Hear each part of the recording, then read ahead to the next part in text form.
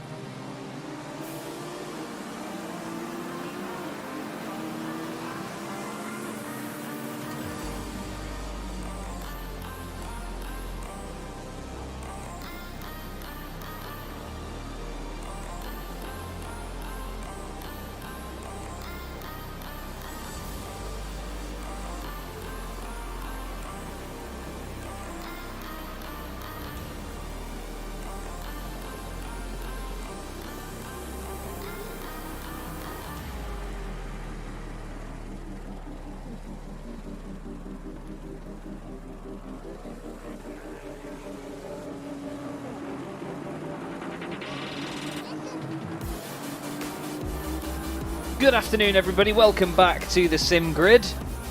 It's not been long, has it?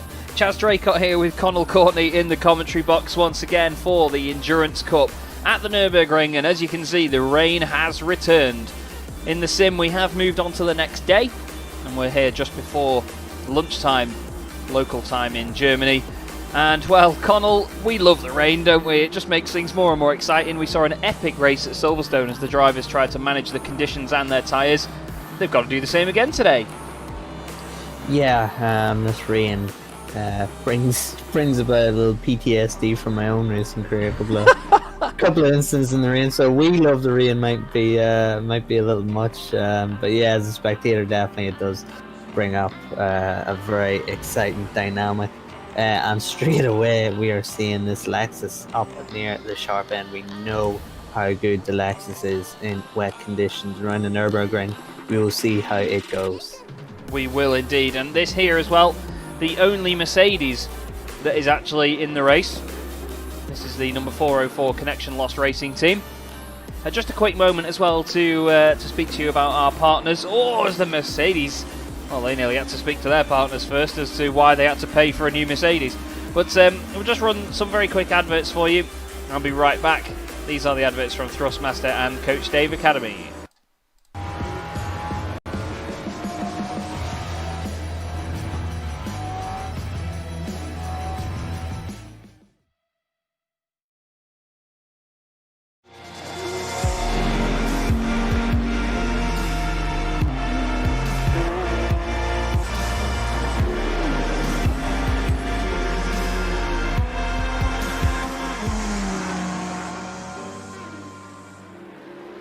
And there you have it then. So Coach Dave Academy and Thrustmaster both partnered up with the SimGrid for this championship, and of course the World Cup as well is sponsored by Thrustmaster. But Coach Dave Academy though, Connall, I mean, obviously a lot of the community is sort of built around the community that came from Coach Dave Academy, but the setups, as we've seen in a lot of the series, they really are the ones to have, aren't they? I mean, I'm not just saying this from the perspective of someone that obviously is involved with the SimGrid, but genuinely they are some of the best setups you can get, aren't they? Yeah, absolutely. I mean, it's just about being comfortable in the car. When you're getting comfortable, you can then push on and find time within yourself, not only the car. So when you get a setup that works and is comfortable and suits you and works with the track, yeah, very, very important to a good race. I mean, you can use an aggressive preset and be quick over the course of one lap or a sprint race, but when you're in an endurance race and you need that consistency with you, with a good balance of a car, yeah, you really, Coach Dave Academy does it brilliantly. Does indeed, and we're just keeping an eye on this Mercedes at the moment as it trundles its way around the circuit and continues to do such a good job. 13th at the moment for Andrzej Dedicek in the 404 car.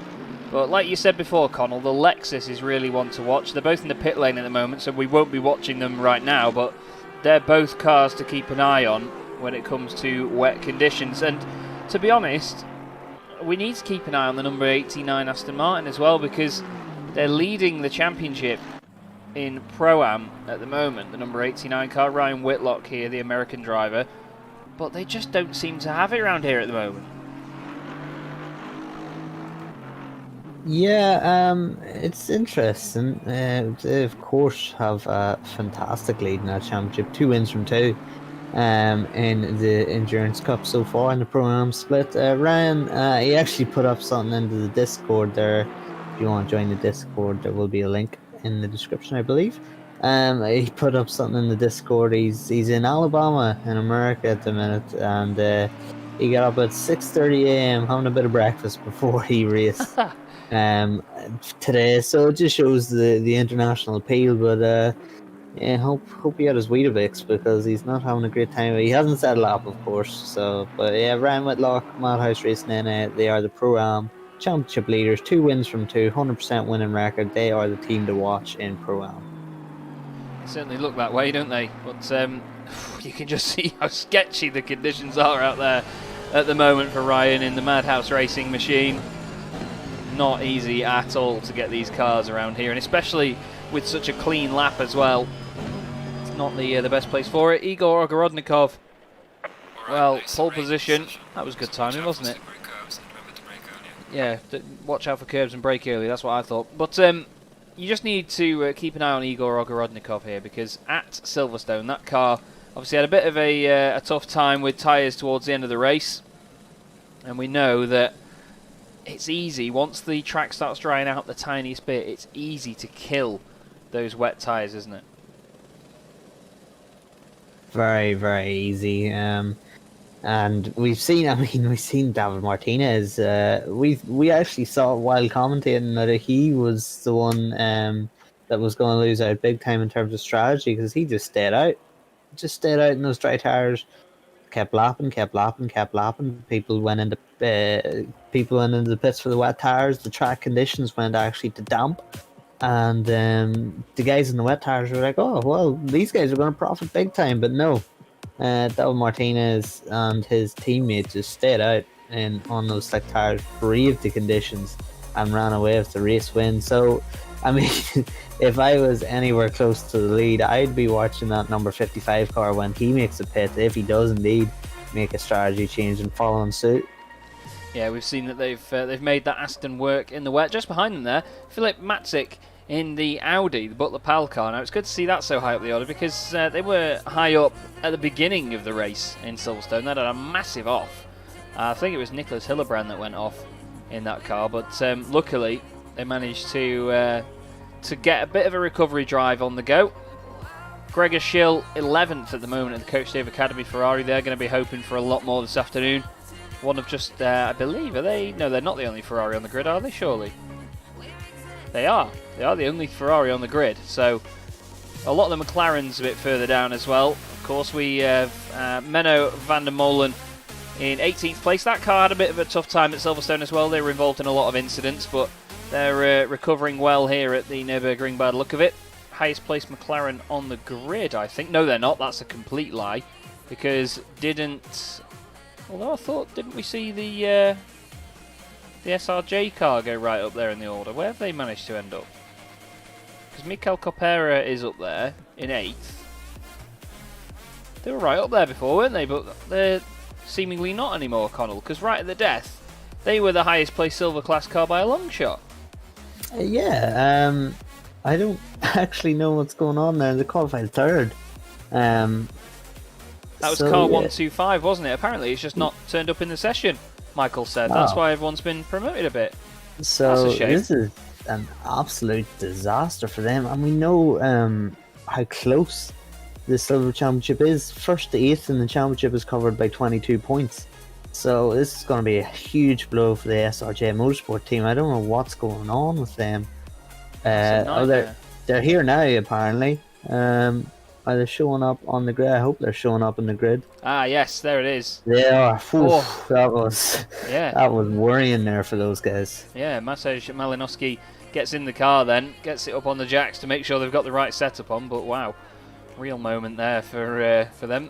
Look out for the Lexuses a bit further back as well. Lukas Sprasanski is in the number 2 car. He's 29th at the minute, and then Paul Diedrich there in 17th place in the 253. So both of those cars can really come alive in this weather. Don't forget though, it is the number 207 Dominic Tower and his team at Moto Domet Community that are leading the silver class from Sidemax Motorworks. Number 95 Bentley on the Sidemax Motorworks car, a little bit further back on the grid in 22nd place there, Alexander Draycott at the wheel of that car. You can see as well another one, Zachary Royal down there in 26th place, Connall. I mean, the Sidemax Motorworks car was one of the favourites for the championship, but again, just showing that you can never take anything for granted here. Yeah, absolutely stunning. They have Zachary Royal, Lucas Cruiser, guys like that in their team. So really strong team on paper. Not making it work in qualifying. I mean, you can't even blame the conditions, because the conditions near the end of the session got very, very, it was fast, so the conditions were not so bad. So yeah, 7th in the championship at the minute, 10th in Monza after a few incidents, 7th at Silverstone. They should be higher up in the order. They really should indeed, but once again here in the Endurance Cup we have Porsche near the top. Malinowski's 3rd though. Well, that is a great performance. You can see that Seb Handler is the next silver class driver further down there. He's also in a Bentley for Team Bonk. It's actually his teammate Joe McCauley that's going to be starting that car. And I don't recall seeing them yet this season, actually, do you? Team Bonk? Yeah, well, remember Joe was saying in chat that in the last race I was saying these conditions would be more suited at Silverstone to the Lexus, and Joe was actually saying in chat that he pushed for the Lexus, but unfortunately he was outvoted in his team, so he might again be wishing that he was in the Lexus, because Joe himself had a fantastic run at Brands Hatch in the Sprint Cup in the Lexus in the wet, so yeah, he might be ruin the decision to go to Bentley. Yeah, indeed. Well, we're just going to take you through the grid then. So Igor Ogorodnikov for like and subscribe team on pole. Valentin Kraus for FTW is second. Sorry, Kraus, not Kraus, Chorus. Then it's Malinowski third for SRJ. Watch out for those guys. Pro Renvelten fourth. One of the favourites for today's win. Lucas Rommel for Veshite. David Martinez, race winners at Silverstone, sixth. That's race for Cat Motorsport Black. Then we have Philip Matzik in 7th place with Butler Pal Motorsport. Jarno Kausch for MSR Liga Endurance Team is 8th. Mikael Kopera for Silver Racing Team 101 and the Red Audi is 9th. And then Artur Czarnecki is in 10th for 3M Racing. Behind him, Nick Hillebrand in the Butler Pal Motorsport car. Then it's James Parker in 12th. So it isn't Gregor Shaw behind the wheel of that one.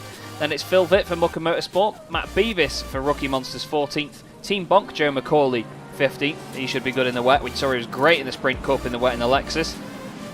And he's got Dominic Tower, class leader in silver, 16th on the grid. Nicholas Walter in the Dieter Racing Lexus just behind him. Then we have Niels van der Kokelp for Side Max Motorworks number 96. Menno van der Molen for Dutch Crown Racing in the very bright green McLaren there. Errol Verve 20th with Rafael Borges Ballerini, the Brazilian driver, in the number 24 Porsche there. We saw that they caused a bit of havoc in a previous round, didn't we, Connall? But that was hopefully not the same today. Number 95, Alexander Draycott 22nd. Then it's Vincenzo Rossetti. Sheldon Scott Muscat for GT Omega. Then it's Drift Team, Nikita Bogroditsky. They really were drifting last time round at Silverstone. Zachary Royal down in 26th to Side Max Motorworks. Sim Racing Spot 27th with Connection Loss Racing Team in 28th and the only Mercedes in the field. Lucas Brusanski for CzechRealCup.com. And the Lexus ahead of Tony McCoffervan in 30th. Then it's Ryan Whitlock 31st. Championship leaders in Pro-Am, ahead of Nathan Pierce for Redline Zat Racing. Alex Leaf in the Bentley in TPC Sim Racing. And then Jack Mills at the back there in the McLaren. But here is the front of the field then. And we're just about to get things underway here. That was beautiful timing with the music as well, which finished just at the right moment, but this entire field is just about to get roaring. Very quickly, Connall, who's your pick on here, mate?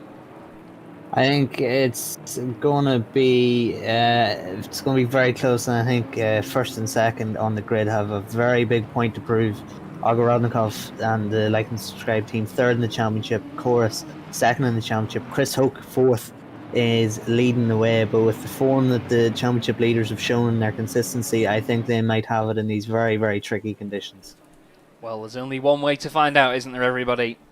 Hold your hats, because here we go then. The SimGrid Endurance Cup Round 3 from the Nurburgring is underway. 3 hours of racing begins. It's Porsches side by side all the way down the straight. Malinowski looks like he's losing out to Chris Hoker.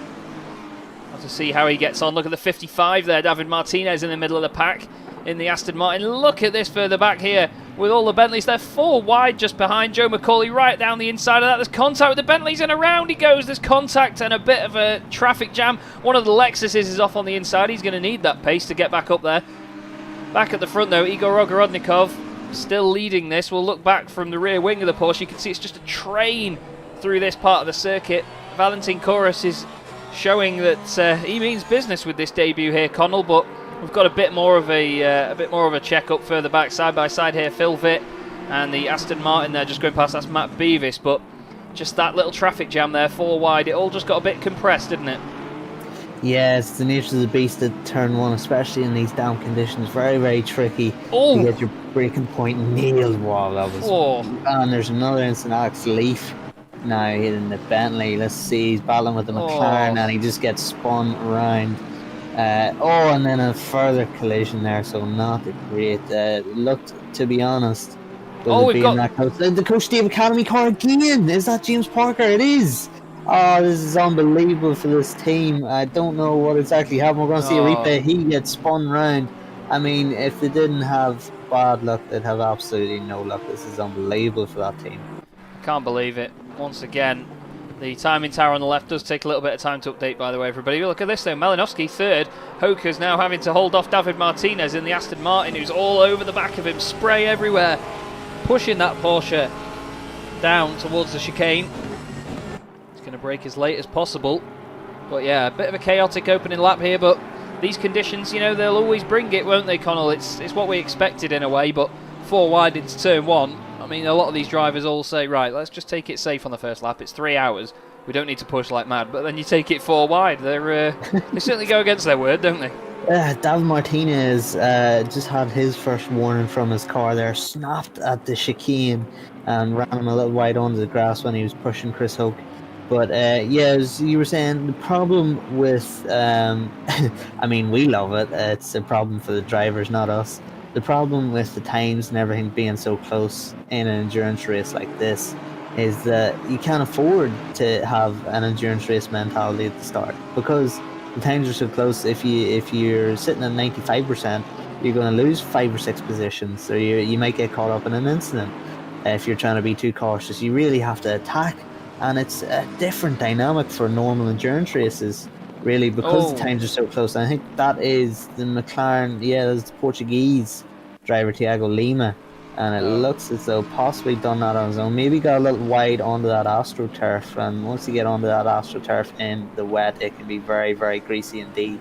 But yeah, Tiago Lima 33rd now, with James Parker already making ground. But I mean, what do these guys have to do to have a good first couple of laps? Yeah, I don't know what really, to be honest, because they've got all the support they can get, and, well, it just doesn't seem like it's... I think these guys just don't like Ferraris. Maybe that's it. The guys they're against. That's the number 89 just ahead of them, though, leading the Pro-Am Championship at the moment. Ryan Whitlock not really going anywhere at the moment. We've got Phil Vitt here in a battle with the Lexus. That's Nicholas Walter just ahead. Now, that Lexus is going to come alive in these wet conditions. We do keep saying it, but we're not saying it without reason, everybody. Trust us, because this car is very good in the wet. Anybody that was watching the Sprint Cup last week would have seen that Joe McCauley took that car to 2 absolutely emphatic victories in the wet. Even with maximum ballast in the second race, he still just drove away from the rest of the field. The 1-1-2, Menno van der Molen's got Dominic Tower right behind him there. That is nice and close. And Beavis is apparently close to the back of Hillebrand, and ahead of them as well, Hillebrand's teammate, Philip Matzik, is having a battle with Arthur Czarnecki. Big switch around there onto the brakes. I was just wondering which way is Arthur going to chuck that Porsche. And he manages to... he loses out there to Matzik. Matzik was actually the one gaining that position from him in the Audi. And then, like I said, Nicholas Hillebrand, his teammate, just a bit further behind there in the other Audi. One of them white wheels, one of them black, 1556, 1557. And it looks like they've got that car sorted out. Phil Vitt is still part of this traffic jam as well. But we'll look back to the front though. Ogorodnikov opening up that advantage a little bit now, but third place is still on here. Connall, look at this. Yeah, really surprising. Chris Hoke, who is one of the fastest guys in this series, really being hounded now. We've seen that Pro Welton team just either be leading at Monza and just opening that gap up, much in the same way that Ogorodnikov is doing right now, or be second behind Martinez at Silverstone, but again, not really have much pressure from behind. Just opening that gap up consistently. But we've got a McLaren and an Aston Martin really hounding them down here. But for Martinez, any hope of the championship really has to get 2 positions in front and get past Chris Hope. Yeah, that's it. They need to do a little bit more than what they're doing at the moment, I'm afraid. But, you know, the conditions can change and a lot can vary over these races. This is Philip Matzik, but Czarnecki's going to watch his mirrors at the moment because he's got an Audi, well, 2 Audis and an Aston Martin chasing him down. Mikael Copera in the 101 car is in there as well. And, well, it's just such a shame for the Coach Dave Academy car further down the order, and Alex Leaf as well in the 777 Bentley. It seems that if you've got triple numbers in your car, then it seems to be bad luck, because we saw issues with Errol Verve in a previous round. We've got Van der Kokel just getting ahead of Rossetti. Has dropped down the order. I think actually no, or is it Van der Kokel that's dropped down? I believe Van der Kokel was one of the drivers caught up in that T1 incident. Yeah, so he may have lost positions there. Yeah, I was going to say he just moved on the timing screen as well. One of them did. They swept around very, very quickly. Well, this is the James Parker car. Last time we saw it was 27th, now up to 24th, about to go into 23rd place down the inside of Vincenzo Rossetti. So they're on a comeback to say the least. A couple of places ahead. Here's Rafael Borges Ballerini in that very garish Porsche, very bright pink machine, and Team Drift are just ahead of them. So be on the lookout for some drifty poos, I think, from that car. Yeah, we seen it at Silverstone, didn't we, with that team really living up to their name. But for Rafael Borges Ballerini, a big improvement actually for this team. Sort of languishing near the back end, with no disrespect to them, languishing near the back end past 2 races and having, let's say, a lot of incidents, a lot of spins and incidents. But they're really starting to pick up the pace here. 21st, this is their best run to date, and they're looking racy against 2 good drivers. Yeah, it's nice to see a change of fortunes for them. And they've got the McLaren there just ahead 2 places. Sheldon Scott Muscat, another chrome blue McLaren, the GT Omega RPM Esports car. He's 2 seconds off the back of Draycott, just ahead of him. Looks like Beavis is still close as well, or was last time, yeah, right on the back of the Rookie Monsters. Sorry, he is in the Rookie Monsters machine, right behind the Team Silver Audi, number 101 car of Mikel Capera. He's in the slipstream here as they get down towards the chicane. Pops out, doesn't go later on the brakes. So that Audi seemingly good on the brakes. We've seen a lot of the Audis in the past rounds actually making some good moves on the brakes, haven't we? They seem to be the car to be in if you want to try and outbrake someone. Yeah, it looks very good. Just getting word as we see now, David Martinez really starting to pressure that McLaren. Looks to go one way then the other, but does not get it done. Thinks better of it. There's a long way still to go in this race, and he will pick a better passing opportunity. But Michael Hamlet, trackside reporter, you can't hear him, but he is typing away to us. He's just mentioned there that the Niels van der Kokel car, the Sidemax Motorworks team, the number 96 car, had I don't know, it's a strange problem that Mike's telling me. He's full throttle, but the car was slowing down. He had to go off track, come to a stop, and then it got going again. So that almost sounds like a real life electronic issue. But turn it off and on again. Strange. That's a very odd one indeed. Hopefully they don't have any more of those issues, but there's plenty of time for it to reoccur. But Robin Pogadal at the moment is in 7th place in a little bit of open space at the moment, and it's quite a nice thing to have really early on in a race like this, because you don't have to focus on too much other than your lap times. Just try and push as best as you can, put a nice consistent stint in, and do your very best. This is still going on, by the way. Beavis has got past Copera, and he's now chasing down the Audi just ahead of him, and that's Nicholas Hillebrand, who has also been overtaken by Czarnecki on this lap as well. So these 5 all swapping around here and there, which is nice to see. I think Phil Vitt was side by side as well, yeah, with the current championship leader in silver there, Dominic Tower. Dominic going off circuit and compromising his line. Errol Verve just behind him now. And then we've got the Sidemax Motorworks car, Zachary Royal, in there as well, and Draycott as well, their teammate. So maybe a bit of teamwork there in the 2 different marks. Onto the brakes though.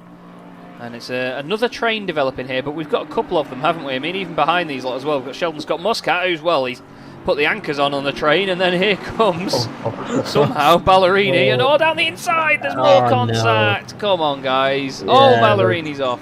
And that is really, per Ballerini, was just a completely innocent party there. Was that the number 96 car? Yeah, it was. Van der Kokel going up the inside. There was a car going slow. Oh my goodness. There's too much to cover there. That was just messy all the way around. It was Hillebrand that was off, by the way. Hillebrand was already off there. For Hillebrand, but a guy who can profit from this, we're on board with him now. That is James Parker, Coach Dave Academy. Already up to 23rd. I mean, 2 hours 48 minutes. Technically, they could still win this race, but it would be a long shot. But I mean, they have had some sterling recovery drives. The only key thing for those guys is that it didn't look as though they took any damage, and in their instance that they've had previously, they have taken damage, so they can maybe recover a little bit better than what they were doing in the first 2 rounds.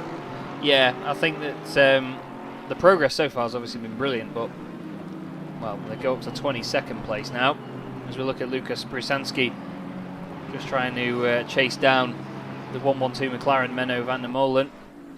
Race leader, though, Ogorodnikov doing a great job. Chorus in second place on his debut in the championship, and then Chris Hoke in third. Malinowski still holding back David Martinez, but putting in good laps by the look of it. Beavis has got a drive through, and I imagine that's probably for the contact earlier on.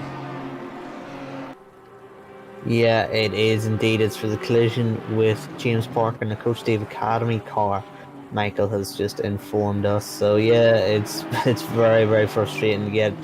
You're just getting settled down into a rhythm. You're just starting to see who's doing what pace-wise. Zarnecki in front, Matchik also in front, and you're trying to make moves, and then you get a drive-through. But I mean, he would have known it was coming, I believe, with the incident if it was as clear-cut as we suspect. But it really was, judging by the replay, as we see a dive from Zarnecki. It looks actually as though it wasn't a dive, but it was Matchik. Matchik cuts right back into Beavis's line, and they both come together. But it looks as though Matchik actually ran very, very wide, and Zarnecki just capitalised on that. Yeah, he did. It was just one of those moments down into turn one. I know we've all done it. It's not the easiest corner to get right. Nicholas Walter, by the way, he's up to 12th place overall now in the Lexus, which I need no excuse to go on board with, because listen to the damn thing. But they're putting in some good times at the moment as well, and they're chasing this pack ahead of them. And we have said that this Lexus comes alive in the rain, and they're proving it to us at the moment. Pop and bang on the down change as well there, and on the overrun. Sounds absolutely ruthless, that thing. It's brilliant. Absolutely love it. It's not your typical GT3 car either. It's quite a big bit of kit, similar to the Nissan GTR or the Bentley. You know, it's quite a big car. It's close, by the way, between Hillebrand, or it was. Bogoroditsky is now all over the back of Sheldon Scott Muscat, so I think when Hillebrand's got past, Sheldon has been held up here, and the Coach Dave Academy car in there as well. James Parker trying to go around the outside. Not working for him there, but you've got to be so careful with any adjustments in these conditions, haven't you, when you're fighting other cars and going offline, because the grip just changes instantly on you, doesn't it? Yeah, and we actually seen that in the first lap with David Martinez when he was pressuring Chris Hoke, and he was right on the back from, had to sort of brake a little bit earlier, and he would have liked, just did not ram into the back of Chris Hoke, and that sort of adjusts his line. Then all of a sudden it snapped around on him, as you see James Parker making a move on Bogoroditsky. But yeah, it's just once you're out of your normal racing line, it is so difficult in the wet. Whether you run wide, I mean, it's easy to run wide or carry a little bit more corner speed and try and get in the throttle as early as you were doing, and then spin the rears and spin into the grass. It's just wet conditions. Basically, it just exemplifies every possible mistake, and there's less of room for catching them.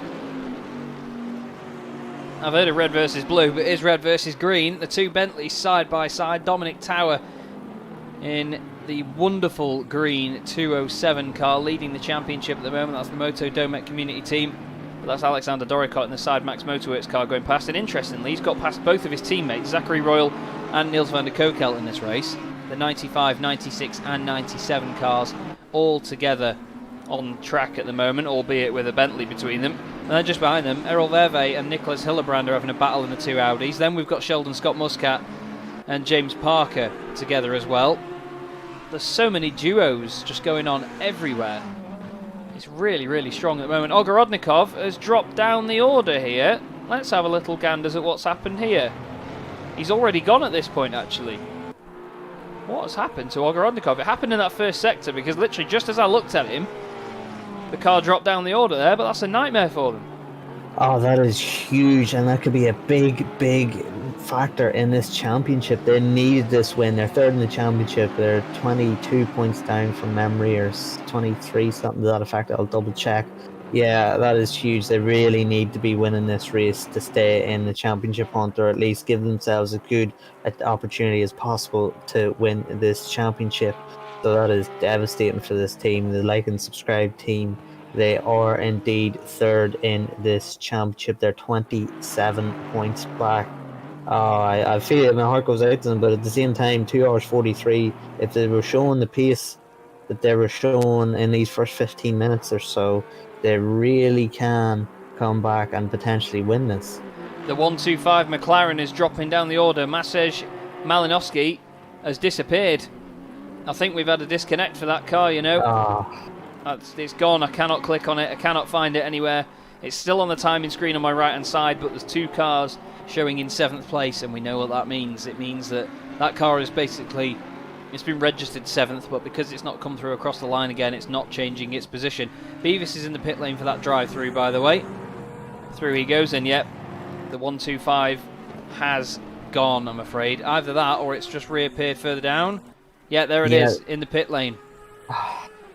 What a disaster for that team. What a fantastic drive they were doing. Malinowski was having a fantastic drive there. I know it was only 15 minutes in, but to be silver class and to be fighting at the sharp end really, really was fantastic. And we've talked about the silver class championship, 22 points separating the top 8 in that championship. All of the points are still up for grabs, and every position matters, every point matters. So that is devastating for them. As we see a drive-through, we're getting word from Michael Hama, drive-through for the number 250 car. That is for the collision with the number 777 car.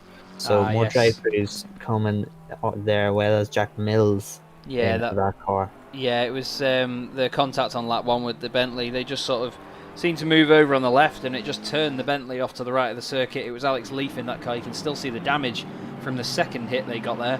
He's got Joe McCauley just behind him. We know he's good in the wet. But how good does that matte black Bentley look in these conditions? It just looks so menacing. It just looks like a proper mafia boss car or something. It's literally like a Batmobile race car. It just looks awesome. It does. It does. It looks phenomenal. It's really unfortunate for Alex Leaf. I mean, we've seen a couple of these incidents in a few of the series that we're watching, where people are spinning each other in a straight line, and it's just even if you've no respect for the driver you're racing with, for self-preservation reasons, just give a little bit more room, and you just keep yourself out of danger. You know, I think drivers really need to learn a little bit more about self-preservation themselves, because they know if they collide, they surely have the awareness that they'll get a drive-through for that. So yeah, it's a little bit frustrating to watch, because it's completely avoidable. Dominic Tower, wow, that was a moment on the brakes there. You could just hear the brakes lock up. The car just went sideways. Just tried to break away from him. But yeah, I'm totally with you on that, Connall. And I mean, anyone that's watched any broadcast that I've been a part of will know, as Draycott goes, all right, I'll look down the inside here then.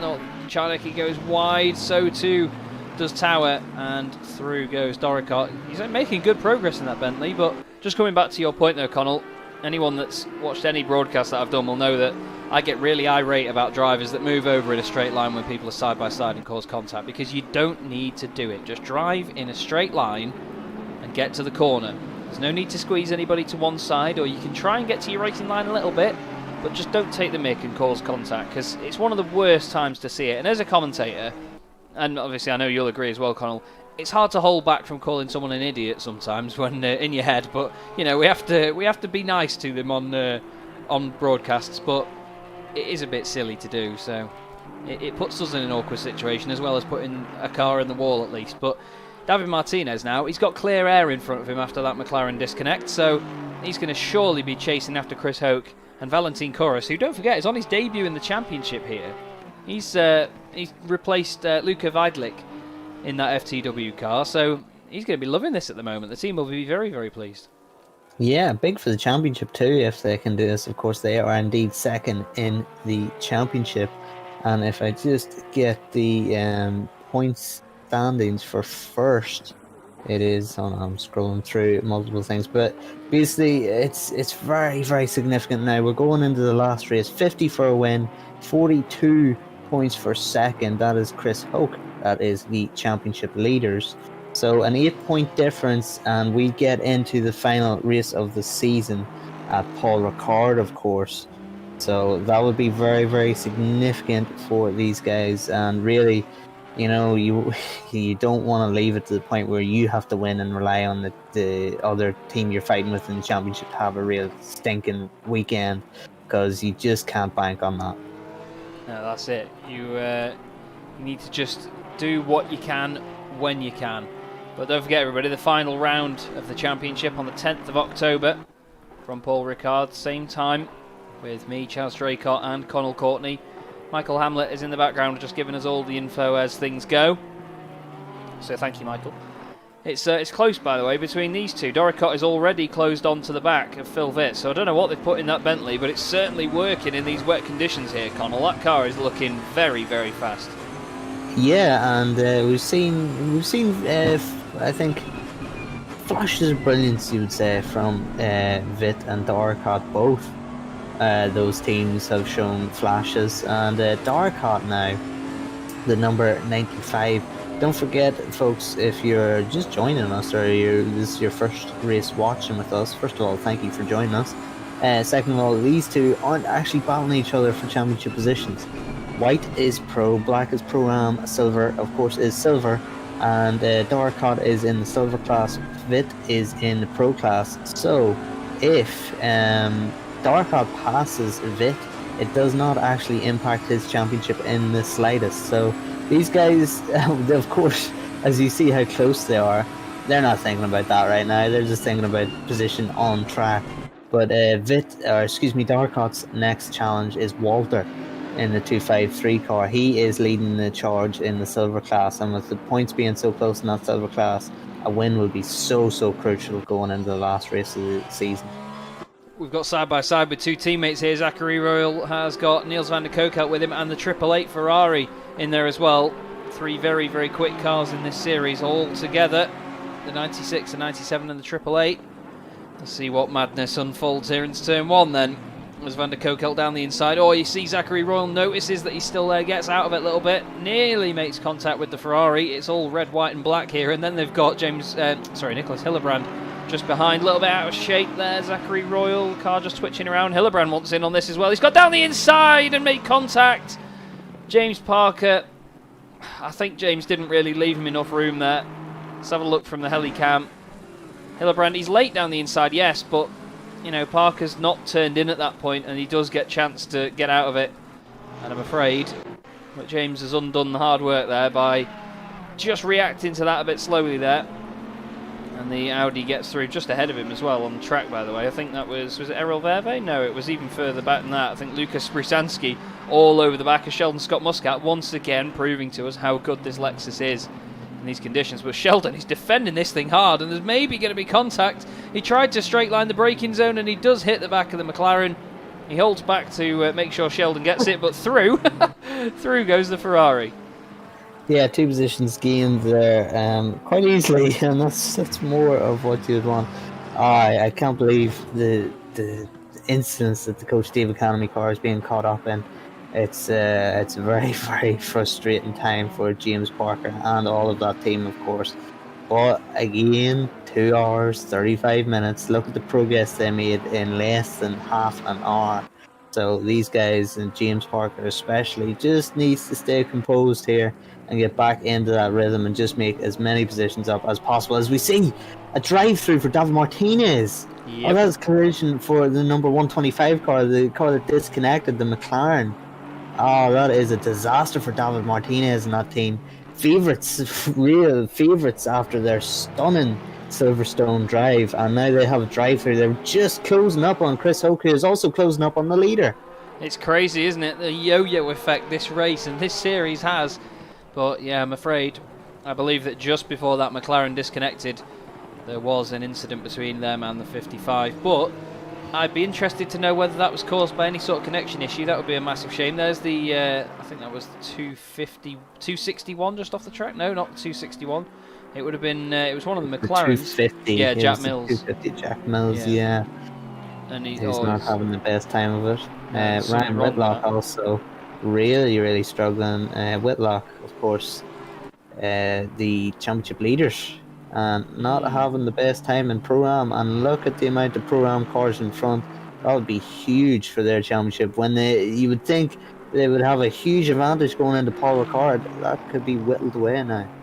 Yeah, it really could. It could be completely decimated. Errol Verve leading that race in terms of the Pro-Am cars at the moment. Nicholas Walter, by the way, in his Lexus is up to 7th place now. This thing is on a real charge here, the 253 machine. He's 7 seconds off the back of ex-race leader Igor Ogorodnikov, but he's certainly plugging something into that Lexus to make it go this well. He's flashing his lights. He's saying, I'm after you. I think that's one of the back marks, isn't it? It's Jack Mills.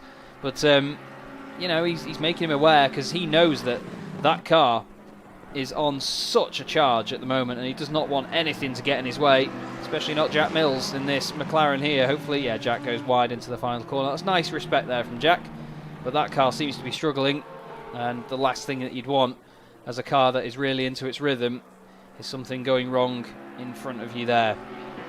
But Lucas Rommel at the moment is on his fastest, well, I'll say he's on his fastest lap of the race, he's only just started it, but this is a great scrap here for 4th, 5th and 6th. This is Robin Pogadel in the green highlighted Porsche just in front, and Lucas Rommel in the Vechite car, and then Igor Ogorodnikov right behind. So another trio of Porsches, a little bit of a slide by Lucas Rommel there, but 5 Porsches in the top 6 now in this one, Connall, and it's kind of what we expected, isn't it?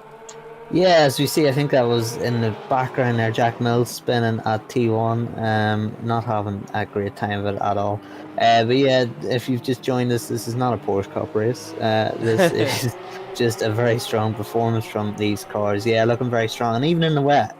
We expect them maybe to be a little bit weaker in the wet, but this is really showing the advantages of this car. Fantastic car. For GT3, Ogorodnikov, that is not what he needs right now. He just needs to get through Rommel and Pogadel. Easier said than done, though.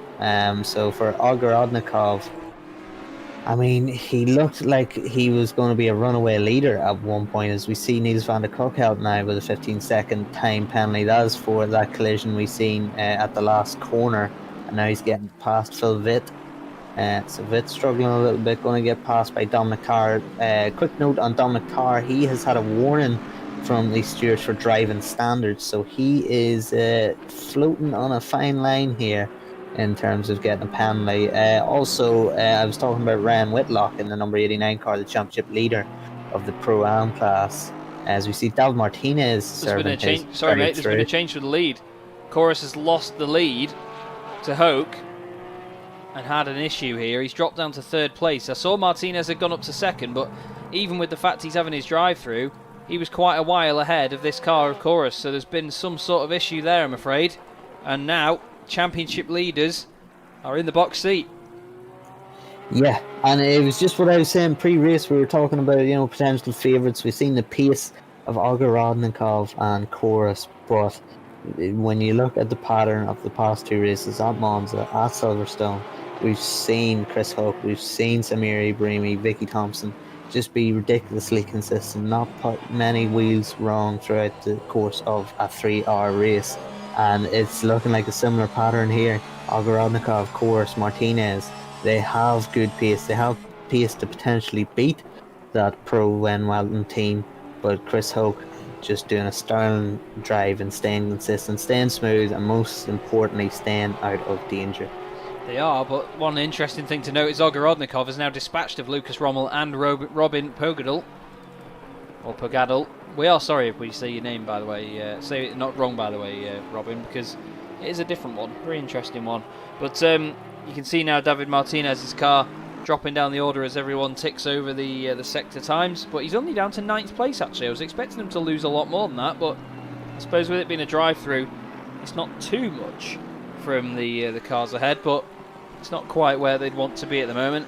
Errol Verve still leading the Pro-Am class. We've got Phil Witt dropping right down the order here.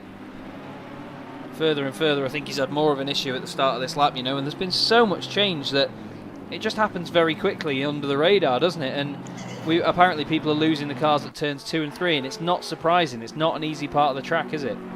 Yeah, and especially, you know, you're going over that sort of crest at turn 2, and you're desperate to get on power as early as possible. You feel like you're losing the momentum the longer you stay off the throttle. You get back up on the throttle, and then you go wide on that AstroTurf, and then sometimes when you get on that AstroTurf, you're just a passenger.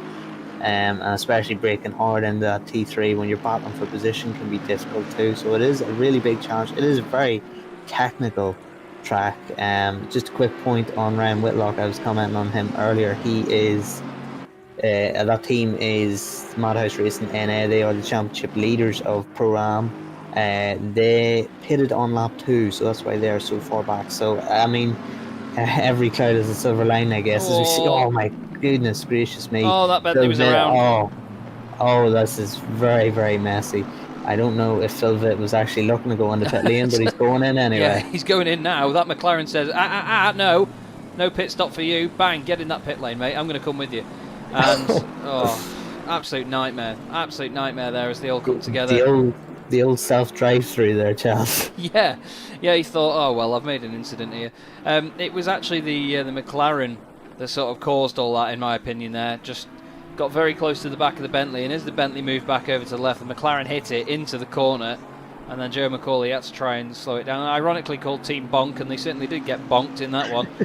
Right bonk from the rear. Someone that's doing, all right at the moment is Ondrej Stedacek in the Connection Loss Racing team. They did start 28th, and through just surviving all the madness, they're up to 21st at the moment. So the only Mercedes on track, I should say, is improving and gaining places, but not at a rate that would make anyone sort of collapse or faint. But Nicholas Walter's now up to 6th place. I believe this car started just inside the top 20. I'm not sure whether Michael can confirm that, but this 253 machine is absolutely flying at the moment, Connall. Yeah, watch out for those two Lexuses, Walter and Sperzanski. Sperzanski, of course, he was caught up in that incident at T1 on the first lap. But yeah, Michael's confirming to us that Walter qualified 17th. So 17th to 6th in just over half an hour. Yeah, that is worrying for if you're a Chorus, if you're Pogatel, if you're Rommel, looking at the pace of Walter. And Walter's actually going to jump up to 5th now because Chorus is in the pits. Yeah, it's a bit of a strange one. Not quite sure why he's in there at the moment, but it seems early to have a pit stop. I'm not sure whether they've got any damage. It doesn't look like it necessarily, but yeah, that's a real shame. That's hurt their chances so far, but yeah, Nicholas Walter, he's now on the back of Pogatel as well. If we go on board, you'll see there is the bright green Porsche just ahead. So this Lexus, I mean, I'm not going to stop saying it, to be honest. I'm sorry, everyone, but I was told it does certainly change its characteristics and it is the car to be in the rain. But look at it. Look at the mid-corner speed over the Porsche. It's just like it's on different tyres altogether. Maybe it's just the setup of the suspension. Maybe it's a bit softer, and maybe the characteristics of the car, because it is a bigger machine, it has a bit of a softer setup on it. But wow, it certainly is flying. I mean, we didn't see much of a visual difference in the Sprint Cup at Brands Hatch last week. It just sort of gradually just drove away. But this afternoon, you can just see it hauling tenths of a second off the back of that Porsche. It's like he's put a tow rope on the back of that thing. Yeah, this looks like he's coming up to a lap E.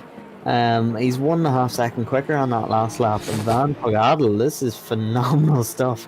He was the second quickest on track, and he's looking to go up the inside. Does not get it done, but I mean, it feels good for me. I love the Lexus. It's the car I drive in GT3 in this game, and yeah, it's just phenomenal. And of course, we can't just give the credit all to the Lexus. We have to give it, of course, to Nicholas Walter. He's doing a phenomenal job in the wet too. But yeah, just 1.5 seconds quicker on the last lap, and he's all over him. He could actually catch, if we're looking at those gaps, if he is the second fastest on track, I presume the only car faster is Chris Hoke, the leader. He could find himself in a podium position sooner rather than later.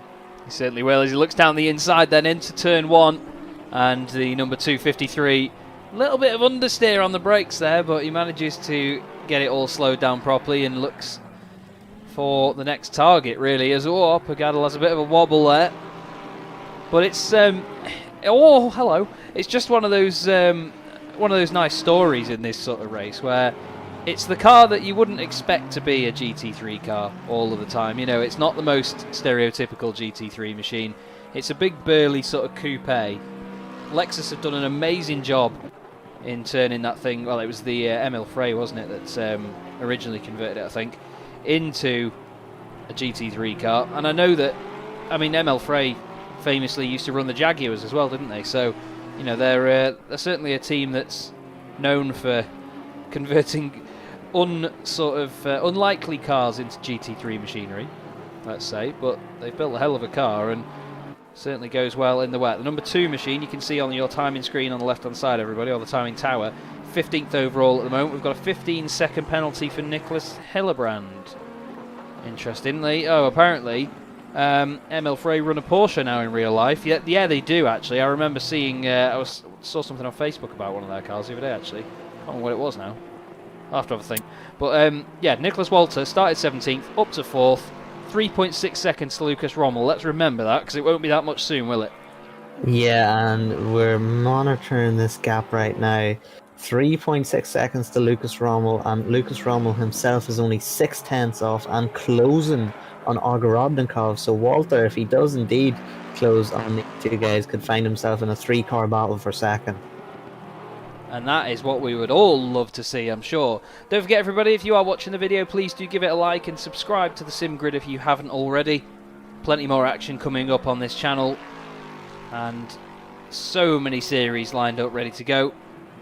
My name is Chaz Draycott. Alongside me in the box, doing a great job as always, Connall Courtney, sorry mate, and Michael Hamlet in the background giving us all the information. We've got 20-second penalty for the 557 for the collision with the number 17 car, and the 250 car.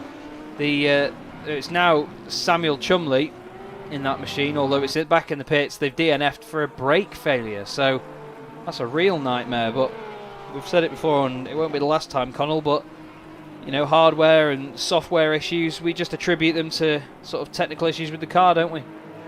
Yeah, realistically, yeah. I mean, we're actually seeing what seems like more in real life issues. With we've seen Niels van der Kakkel just suddenly slowing while full on the throttle and having to basically reset the electronics, it seemed like, and then a brake failure.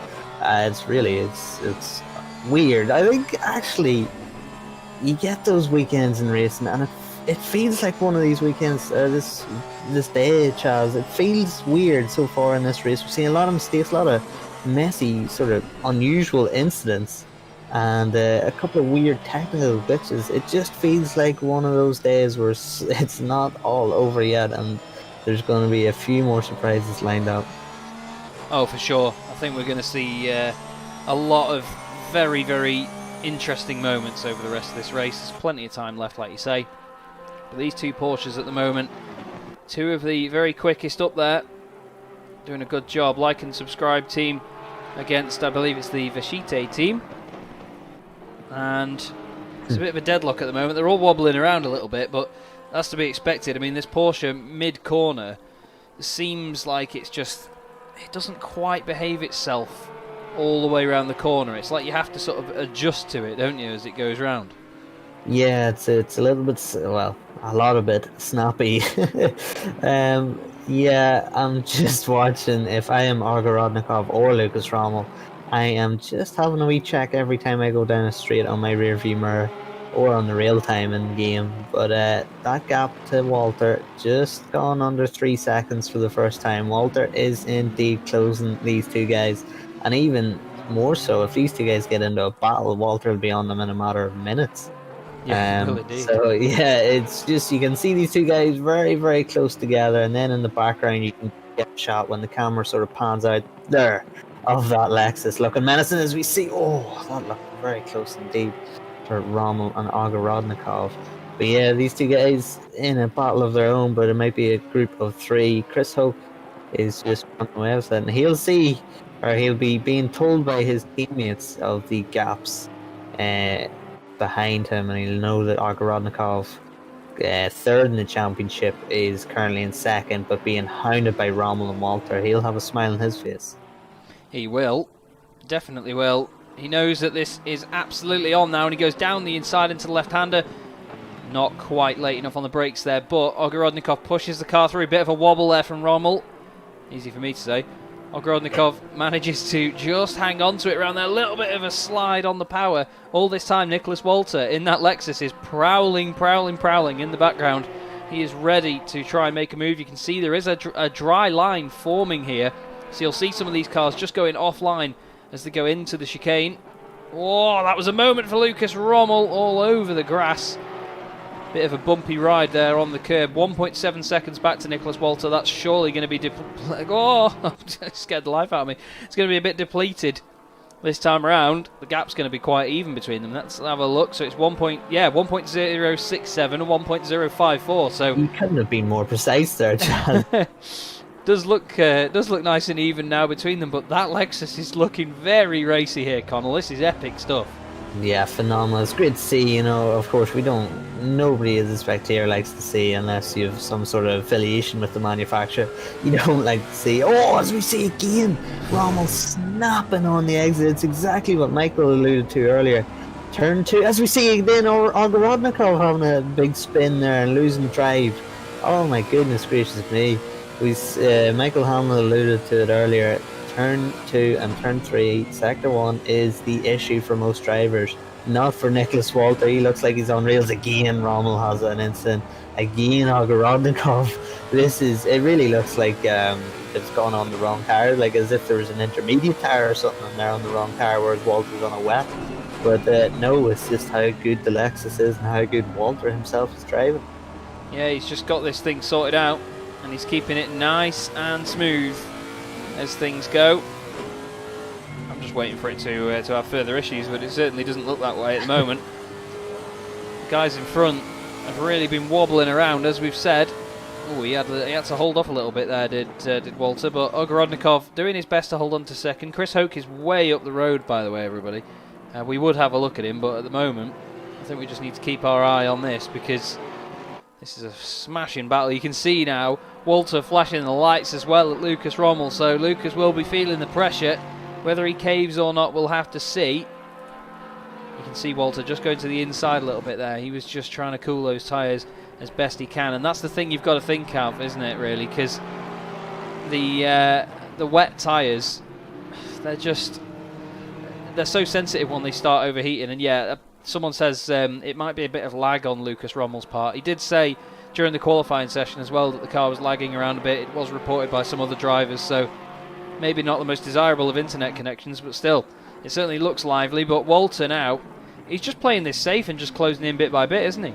Yeah, when you have the pace advantage like that, you can't be too aggressive. You gotta take your time and pick your way through, because you know yourself, once you get to the front of that, it's pretty much it, unless you make a mistake.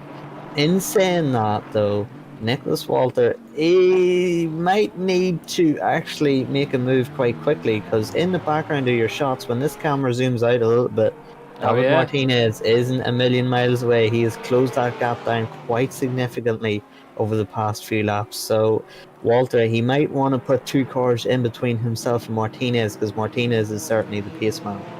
Yeah, he needs to get a move on if he's going to have any sort of buffer there. It's not going to be easy for him to do, but I think it could happen.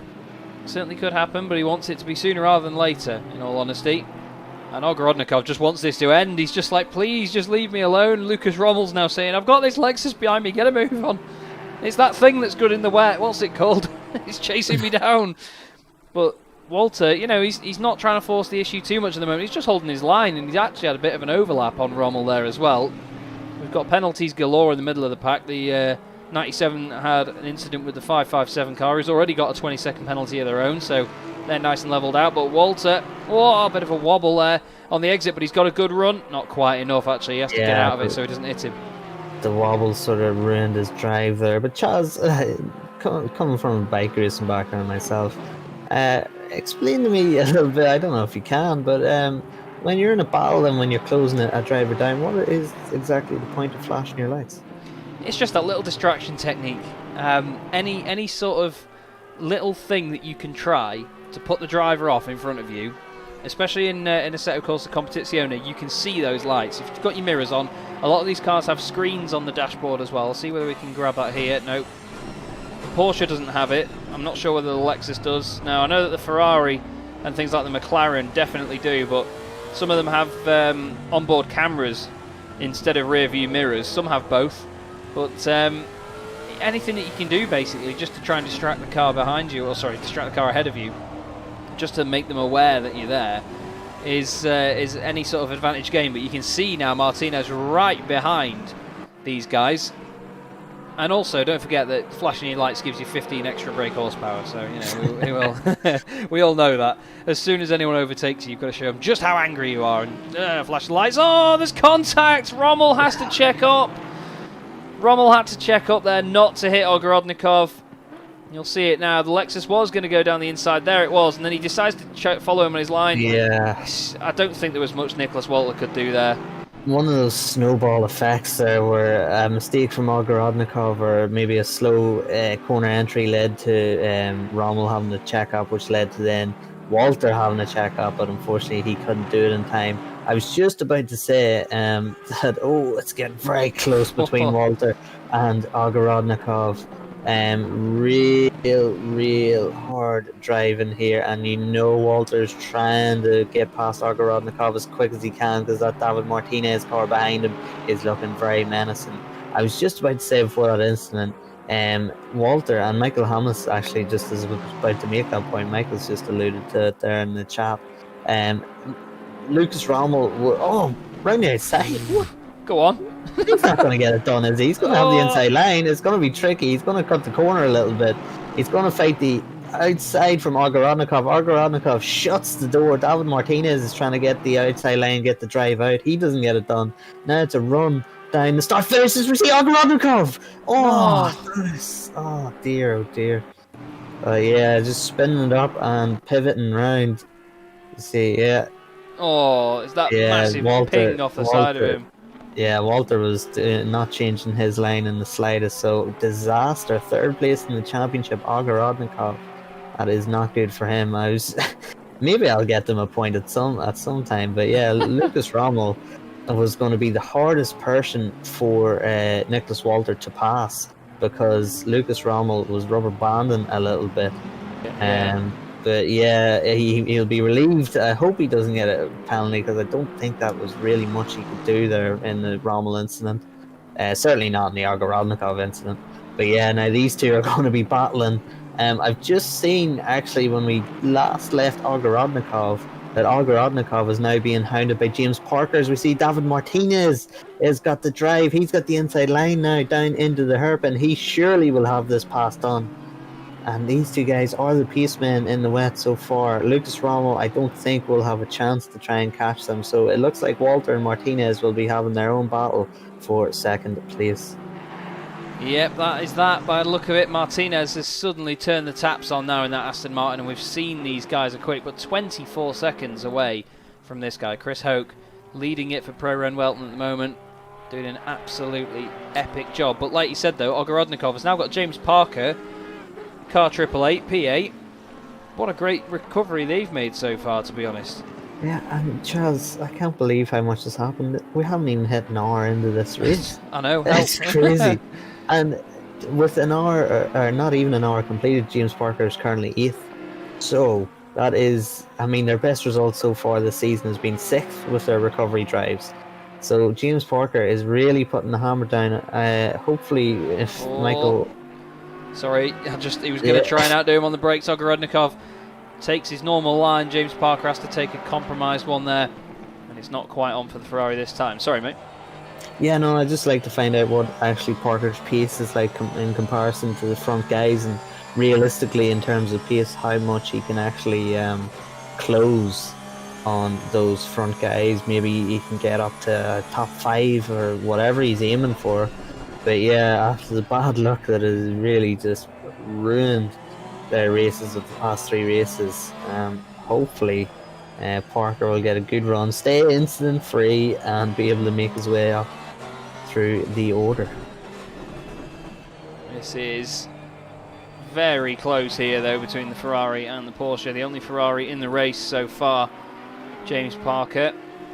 I say so far as if any more are going to join in, but you know what I mean. The only Ferrari in the race. Van der Kokel is just off the back of this pack by 6 seconds. Drifteroo by Ogorodnikov. Scary stuff there. But again, he's just showing that even with these battered tyres, he holds on to this Porsche so well. Mikel Copera, by the way, he's into the top 6 now in the Silver Racing Team Audi. And Silver class leader in the championship, Dominic Tower, is now into 5th. And just ahead of him on track is the Audi, but not having the best time. That's Mita Bonka in the number 26. Maybe he should join Team Bonk, which is Joe McCauley for next season. That'd be a bit of a fitting one, but he's just been overtaken by Bogroditsky, or he's at least trying to have a fight with Bogroditsky. This is incredibly close stuff at the moment, all the way up and down this field. Parker still on the back of Ogorodnikov, though. I don't think this battle's ever going to end here, Connall. It doesn't seem like it. Yeah, Parker just trying to pick his spot, but Ogorodnikov is defending well. And Ogorodnikov, he has a podium position in the championship to protect.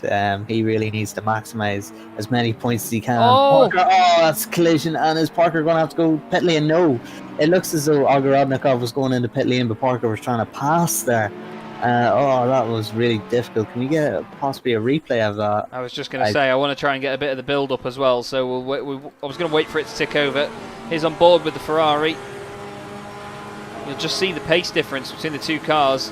Ogorodnikov just sort of a bit later on the brakes, goes in a bit deep though, and then Parker gets the run on the right-hand side, but Ogorodnikov has already committed to going into the pit lane, and then Parker has to go back across to the left, but yeah, it's easy to happen, isn't it? Yeah, it comes down to that self-preservation type thing. Do you really have to be defending that hard when you're about to go into pit lane? Maybe, it'd be better to roll off the throttle a little bit, let Parker through, so you don't get an instant like that. Because, I mean, if it goes a little bit differently, Ogorodnikov is into the wall and he's got a minute of repairs or 2 minutes. So yeah, I think that's just a little bit senseless to be defending that hard when you're about to go into pit lane. Yeah, that's what I was thinking. Down the straight, there was quite a pace difference, and I wondered whether he was just sort of getting out of it, just thinking, I'll let him go by. It's one of those things. Michael's not too pleased about the 56 there, obviously, with the driving standards, because they can indicate in these cars. That's one of the things. I mean, I won't lie to you. I like I said earlier, I jumped on a bit this morning just while I still had my sim rig set up, just to try and have a bit of a play and just see what I could do. And to be honest, I was trying to press every single button on the planet to try and turn my pit limiter off, and ended up putting the indicators on and thinking, I didn't even know I could indicate in this game, but it seems that at some point I did map them. So it's good to have them for the usage, because if you want a car to lap you or overtake you, you can just flick the indicator on. It's not something that I think you can do in any other sim. I think if some cars are modded into other sims, they can do that. But yeah, it's a bit of a shame that, to be honest, but it is what it is. It's motorsport. These miscommunications do happen on track. I just want to bring your attention to Lucas Bruzanski, by the way, even though he's bringing his own attention to the grass. They're actually leading the Pro-Am class on track at the moment in the Lexus. So these Lexuses really flying at the moment. Yeah, and this will be big for the championship, especially for Verwey as well, and Bruzanski, to be fair, because Ryan Whitlock in the number, is it 95 car? Am I right in saying that? It's in the 90s. Yeah, Ryan Whitlock in that Madhouse recent NA team have won 2 from 2, and now they are nowhere in the order. So really big struggle for that team. So yeah, very, very difficult, and it really does open that championship into the last few races, because if it stays the way it is, you'll have to say Verwey, Bruzanski, those two teams will have a chance at that championship, a better chance than what they would have. Michael's just making a point there about Dominic Tower having a strong performance in the number 207 car. The top Bentley, he is 5th, he started 16th. So Walter 3rd from starting 17th, Tower 5th from starting 16th. So the two silver class drivers having a very, very strong drive indeed. Yeah, there's some fantastic stuff going on track, in all honesty, all over the place. I think that we should see some battles really open up and then close up as it goes on. But Lucas Bruzanski, one of the stars at the moment in that Lexus. Nicholas Walter, 3rd overall. He's not got too much of a gap to David Martinez, but David's just opening that up at the moment in the Aston, and I don't know what it is about this Aston, this number 55 car, maybe just because it's all black and just a very menacing looking car as it is, but it just always looks like it's on a mission, doesn't it? Yeah, it just looks angry. It really does. I think Michael's just informing us Lucas Rommel has lost at the final chicane. He has actually dropped a position now to Dominic Tower and Copera. So Rommel fallen down the order, and he's lost another one to James Parker. So he lost it at the chicane there. So Parker again profiting off other people's mistakes, and that's what you have to do.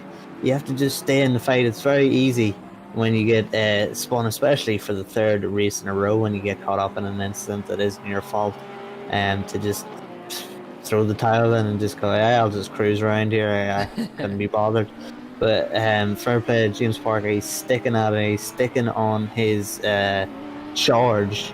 And that's what happens when you're on a charge like this, especially in tricky conditions. If you stay smooth, stay consistent, other people around you, and especially other people in front of you, will start to drop off, and you can profit without even having to make a pass. So yeah, James Parker now currently sitting in 6th place. That is the team's best position, of course, from the first 2 races. So if you can improve on that, it will be their personal best result of the season so far. Yeah, that's it. There's always room for improvement in motorsport, and at the end of the day, if you're winning, then you're doing all right. But the thing is, you could still win the next race and the next race and the next race. So it's always about these guys striving for improvement, and we see a lot of that. Van der Koekel in the pit lane, Zachary Royal and Sheldon Scott Muscat. Hillebrand, I should say, with a drive-through, 9th position overall. But Chris Hoke, what a performance so far. This Porsche Pro Ren Welton championship leaders absolutely flying at the moment. 2:01.8 is their best lap, but obviously the conditions have been getting worse, and I think it was a 2:05 they did last time round. So yeah, not at the best pace, but at the end of the day, they're still opening. Actually, I was going to say they're opening up that gap. It was 24 seconds. David Martinez has now got it down to 16.3. So I mean, he's taking Walter with him. He's gradually getting away from him, but this gap, you know, is coming down here. Yeah, and we've seen there, as you just said, Chaz, 2:05 was the last lap for Chris Hope. 2:03 was the last lap time from David Martinez. And we've seen this at Silverstone. Martinez, just lap after lap, was just absolutely flying. So Chris Hope, a lot of pressure now on him, even though it looks comfortable. We haven't really talked about him in this first hour of this race, because he, even though he wasn't the fastest straight away, he got into the conditions, got dialed in about 10-15 minutes in, and then took the lead, and from that it was all she wrote. But now David Martinez, after serving a drive-through, he's got himself back up to second position, and he is taking chunks out of Chris Hope right now. Yeah, I won't lie, because he's that high up, I did forget that he actually had that drive-through. What a fantastic job they're doing considering that then. It's absolutely amazing stuff from the Race for Cat Motorsport Black team. But yeah, and as Full House Gaming has said, imagine seeing that thing coming up in your rear view. It must be terrifying, and it must be, especially knowing how fast it is as well, with David Martinez at the wheel. This guy is on fire at the moment, and he needs to be with these conditions, because something's got to warm it up. It's still, track is 21 degrees Celsius, but it's still 16 degrees air temp, so it's far from hot out there, and it's far from the sticky, dry racing surface that we usually know. But we'll have to look at what the gap comes down to, because what was it last time? 16.3, although David Martinez in the pit lane now, so maybe just thinking, right, I'm on form, let's get some fresh rubber on this car, and we'll get it back out and see what it can do. Yeah, Chris Hope's pace has been dropping significantly throughout the stint, so he must be coming into some tire difficulty. David Martinez could really profit from Ogorodnikov and the Liked and Subscribes team stinker of a first hour. They are down in 20th now with a drive-through penalty to serve. That is for that collision with James Parker, as he was entering pit lane. You have to say that was a deserved drive-through penalty from the stewards. Ogorodnikov, 20th at the minute, serving a drive-through penalty again. He has to go through the pits.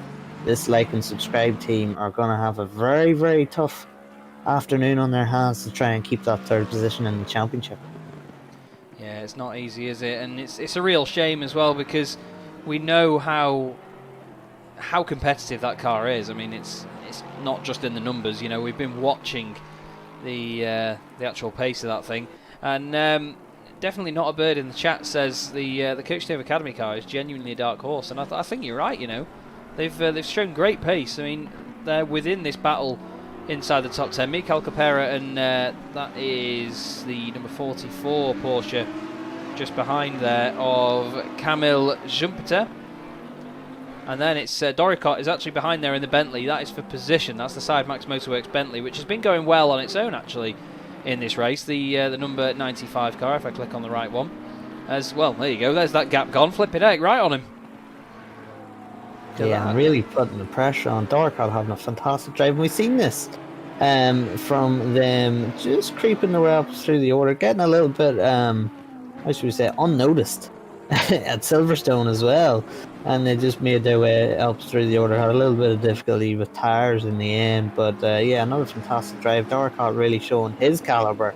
But now James Parker into fourth, 7.9 seconds. As you see, Nicholas Walters, the 15-second time penalty added to him, so that is really big. I don't know what that is for. That might actually be for the incident with Lucas Rommel, which I don't know. That's very, very difficult, especially with the car rubber banding the way Lucas Rommel's car was. So we might have to get some confirmation on the reason for that time penalty. But if it is indeed for that Lucas Rommel incident, that's very harsh in my view. Yeah, it does seem a bit of a shame, but at the end of the day, you know, if you've done it, you've done it. It's one of those things, isn't it, in motorsport? A lot of the time that when you have been involved in an incident, there's every possibility that you could get pulled up in front of the stewards over it. And what's gone on? Draycott is now up to third as the race leader has pitted, Chris Hoker. So this means that Nicholas Walter somehow is now in the race lead in that Lexus. The 15-second penalty for the 253. Michael has said it's a tough one due to the rubber banding, but he wasn't rubber banding at the time of the incident, and so that obviously wasn't the cause of what happened. So I'm afraid that that's just how it is. That's their decision. Personally, I think he couldn't have done much, but at the end of the day, the Lucas Rommel car did lose out a hell of a lot from that. And maybe it was just a case of following too closely, Connall. I think we've all been guilty of it before, though, haven't we? It's easy to get stuck to the back of the car in front and not consider the consequences if there's a checkup. Yeah, it's difficult, and again, we've made a point, we've alluded to it earlier, the self-preservation of a driver. Even if you don't really care, as you probably don't. I mean, if I'm out on track right now, I couldn't care less what Nicholas Walter has raced, and that's just the nature of sport and competitive sport. But in saying that, for your own selfish reasons, maybe just give a couple of tenths here and there to the car in front, just to give you that that buffer. You know, if anyone does have an incident there where Ogorodnikov sort of braked early and Rommel had to brake as a result of that just gives you that split second to react to that, whereas you're right on the back and it doesn't give you any time at all. It's not humanly possible to react quick enough, and that is probably the reason for Walter's penalty. It was avoidable if he had took a little bit more care. So we've now got Samir Ibrahimi in the leaders, or the championship leaders team, Pro Wen Welton team, and the leaders not currently on the road, but as the three cars in front are in the pits, he will take the lead very, very quickly now. But the gap now to David Martinez, 10.5 seconds. So we will monitor that as it comes across the line, and in the next 10-15 minutes to see how the pace is between Ibrahimi and Martinez. We know the calibre of Ibrahimi, we know how fast he is, and Martinez has gained a second and a half out in the pits. Oh, there's contact though! He's been hit by the 26. Let's have a quick look at what happened, because I thought he might have closed in a little bit. He just doesn't allow him through. Oh, he does. He leaves. I'd say he leaves enough room to the 26, but you've got to sort of compromise it for that little running wide from the car inside. And now look at that, David Martinez right behind him. This race throws us another curveball now, Connall. Yeah, I had said earlier, it just feels like a strange day with all the instances going on.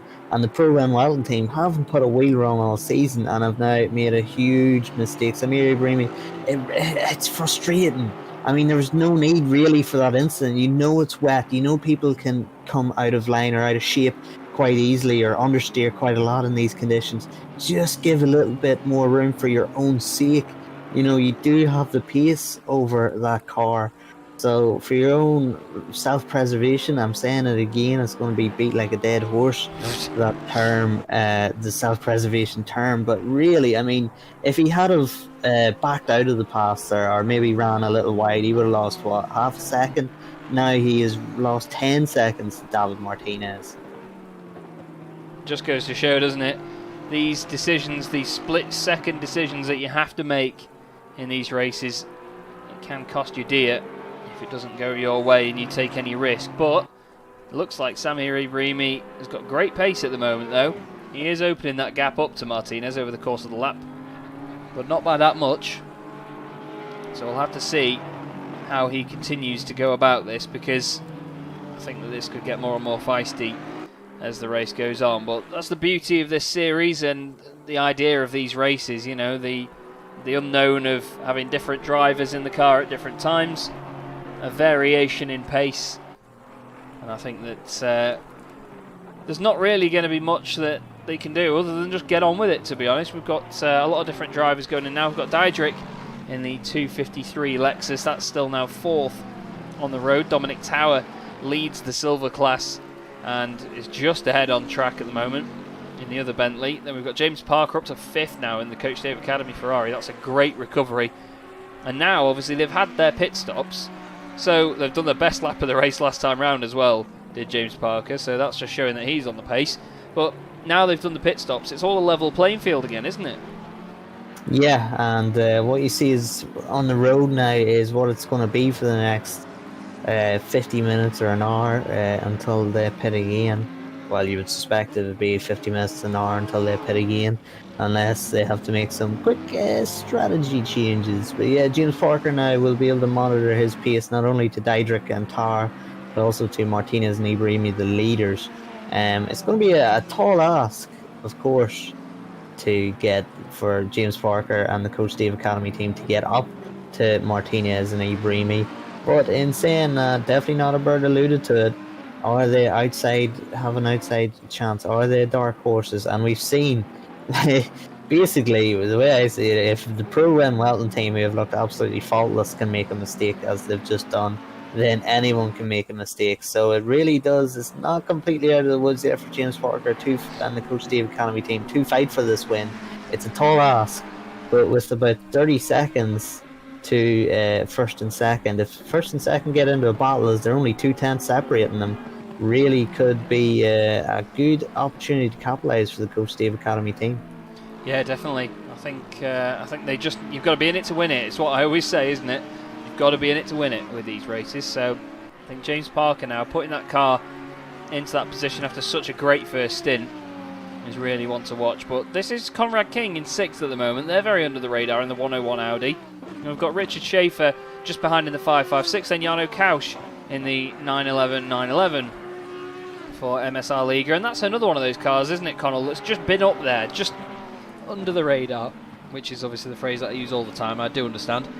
But yeah, they're just there scoring points, aren't they? I mean, in the championship at the moment, overall, obviously, they're in the Pro class. The 911 car, not the 991 car, let's not get the two of them confused. They're actually down there after only finishing 12th at Silverstone. They're really doing quite well in this race in comparison. I mean, 8th place overall, not too many places ahead of 12th, but still, they were right up there at the very start, weren't they? I think they were 4th on the grid or something.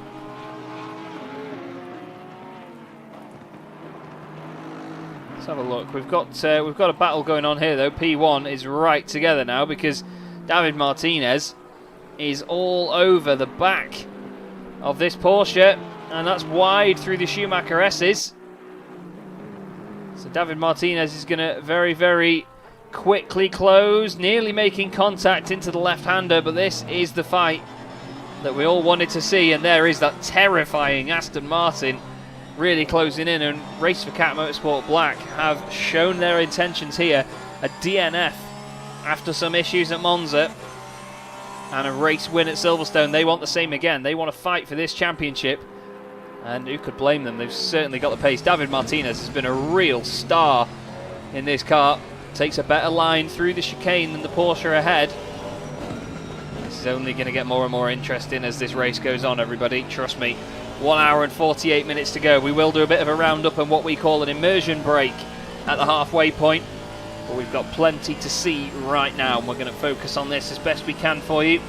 We will try and look down the order at other things as well, don't worry, but right now we know that this is the fight that we all want to see. The race lead, the most important 2 positions on the circuit at the moment, or in any moment in motorsport, let's face it. Chaz, come on. Around the first complex. This Aston Martin, like I said before, it just looks like it's on a mission from the body language. The Porsche just looks like it's wobbling around a bit much. Bit of a wiggle here and there. Nice exit though, to be honest, from Samir Ibrahimi there. Gets a nice run out of the corner.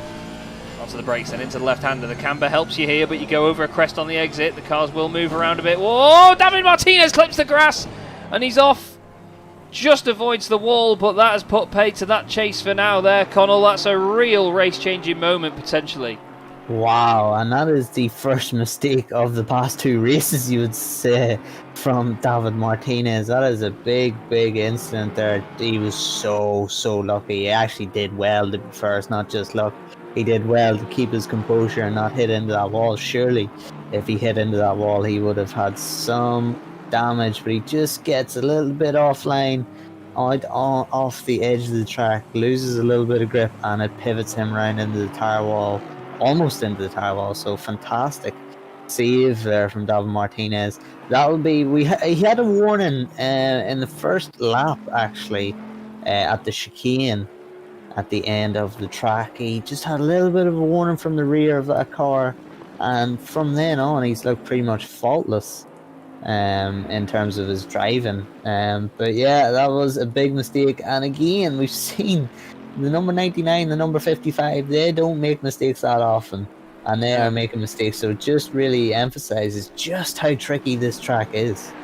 Does indeed, and especially in these conditions, you know, you can just put one wheel over a white line onto a curb or a bit of AstroTurf or a bit of grass, and it just completely unsettles the balance of the car in an instant, and it'll go around. And these things are on the limit of adhesion, especially in the wet conditions as well. You know, it's not like these cars are glued to the road. I was just trying to figure out there if that was for position, but the number 15, Vincenzo Rossetti, who was a lot further up the order at the beginning of the race, is now down in 32nd and being lapped by these drivers. Wolf Matuszka is now in the number 26, so those guys have changed driver twice now. Phil Vitt, and then we had I think it was Matisse Bonka, was it, that took over? Mattia Bonka, sorry, took over in that car. And yeah, now Wolf Matuszka is in that thing. So that Audi, unfortunately, after a great showing in the first round at Monza, is not having a fun time here. Heinz Seig is in the Aston Martin. He's trying to chase down Sam Cairns in the 95 Bentley just in front. That very brightly highlighted Aston Martin there, the number 446, 10th place overall, 3/10 off the back of him last time. But David Martinez, by the way, has now actually continued to bring that gap down again from Samir Ibrahimi. It was over 4 seconds before. Now it's under that, and it's into 3.7 seconds. Dominic Tower and Paul Diedrich were quicker than P1 and 2 a few laps ago. Little update, we've had a drive-through for the car 26 for a collision with the 99. That was deemed their fault. I'm surprised by that one, actually, Connall. I mean, in all honesty, I thought racing incident, you know, he left a little bit of room, but enough for that car to run wide. I don't really particularly think that it was his fault for running wide. It's just one of those moments. Yeah, it's difficult. I mean, we aren't able. Well, we're watching broadcast live, so we didn't get to see all angles from our with the benefit of multiple replays. But yeah, I mean, from what we've seen in my experience, I wouldn't have really been given a drive through myself. But again, we'll have to wait and see from the stewards to explain their reasoning. Yeah, but it's very, very unfortunate for that car. I think that's quite a harsh penalty, but we're also seeing down the order Killian Ryan Meenan right at the back, number 125 car, dead last. that of course they qualified third, but they had their connection issues, so have lost a lot of time. I think they're even 2 laps down. So really great opportunity it was for Killian Ryan Meenan and that team to actually take over the lead, or at least close down the leaders in the Silver Class Championship, as we see a big moment. Another warning for David Martinez there, but yeah, the 125 car, third on the grid, really looks strong in that McLaren there, and it's just so disappointing for them to have a disconnect, really ruin their race. But they'll do their best, but it's very, very unfortunate. They're going to lose a lot of points with only 22 points separating the top 8 in the Silver Class Championship. This is not what they needed going into Paul Ricard. It's not. But David Martinez, by the way, is now really closing onto the back of Sami Ibrahimi. You can see that gap coming down. Sami has run wide as well. And just as he went onto the AstroTurf, the rears lit up and the revs hit the roof. And it went absolutely flying. And, well, this chase, it's well and truly on now.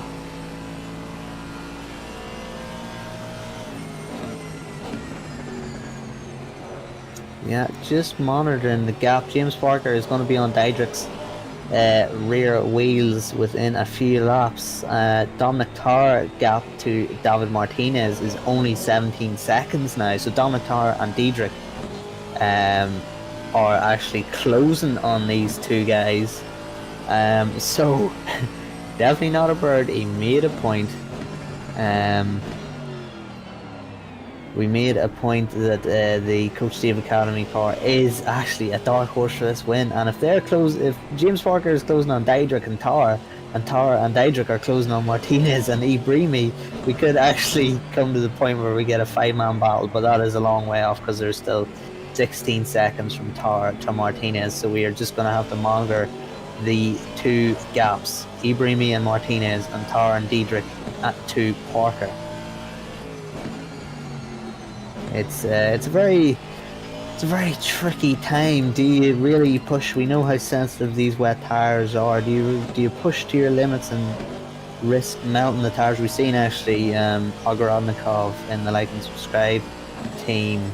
They had real big issues. If you were with us, the Silverstone with managing their tires. A few other cars did too. I remember watching at Silverstone, Vicky Thompson. She did a great job managing the tires that were pretty much down to the rims. I mean, it looked like it was a nightmare to drive. But yeah, a lot of people struggling with tires. Maybe make them a little bit cautious now in these conditions. But in saying that, you're looking at the forecast on the top right hand of your screen. It is raining. The track is wet. And the conditions are only going to get wetter here, are going to stay consistent. As we see the number 991 car, this is second in the championship. Yeah, in the pits for repairs, it looks like. Oh, they've gone. Absolutely well and truly gone. The car, basically, they just had an incident coming onto the start-finish straight, Michael's just said. And that is that. And you literally saw it there and then. They are out. I can't even click on them anymore. Nico Solomon out of the race. The 991, that is big for the championship, and now that means David Martinez, when it's the 99 against the world, he's probably one of their only hopes. But look at this as well, the 89 just in front there as well, the Aston Martin. That is the Madhouse Racing NA car leading their class championship at the moment, but they are still struggling after that earlier pit stop, down in 23rd place with Kyle Friesen. He's going to get frightened at the moment with all these cars around him. That's the number 44 in there as well, but all this is helping Martinez close into the leader as he runs a bit wide on the exit as well. But wow, this traffic, these conditions, everything, it just looks fantastic, and it's a very frantic race now, Connall. Yeah, it really is. Martinez is now all over the back of Samir Ibrahimi. Martinez really looks strong. We're just seeing word from the number 991 car. Michael's just informed us. They didn't actually crash. They just pulled up and DNF'd. I'm not sure why. Maybe. Oh, hello. Sorry, Eric de Klerk, no relation to Charles, is right in the middle of the circuit there. I've gone back a bit far on the replay for my own admission, but that's a damaged car, so that's not behaving itself. He's already had an incident at some point here, and let's just see how he ends up spinning this thing. He can see the bonnet just rattling around there as well, as if the engine was in the front. Onto the brakes. Oh, he's gone in a bit hot. It's just going to snatch around. Oh, he's going to clip the grass. There it goes. Oh, he's got a little bit of runoff on the hairpin there that he could have gone in. And there is the Martinez car very close to the front of him. Flipping heck, that would have been a scary moment. But Yeah, that's not a good view to have, is it? no, definitely not. Definitely not. But now, the difference, 1.3 seconds. It's opened up that gap again a little bit. And behind them there, the number 44 is having a great battle here. This is actually for position. He's having a good drift as well. Go on, mate. Light up them rears. He's battling with the drift team, is it? He is, yeah, he's showing him. He's like, hey, watch this. This is all three of these are for position, actually. This is Kamil Schumpeter in the number 44. Then it's Ruslan Kovaluk and then Kyle Friesen. And, well, he's going to have his Friser on stalks. No, it doesn't work. Jesus, the bottom of this barrel's really dry.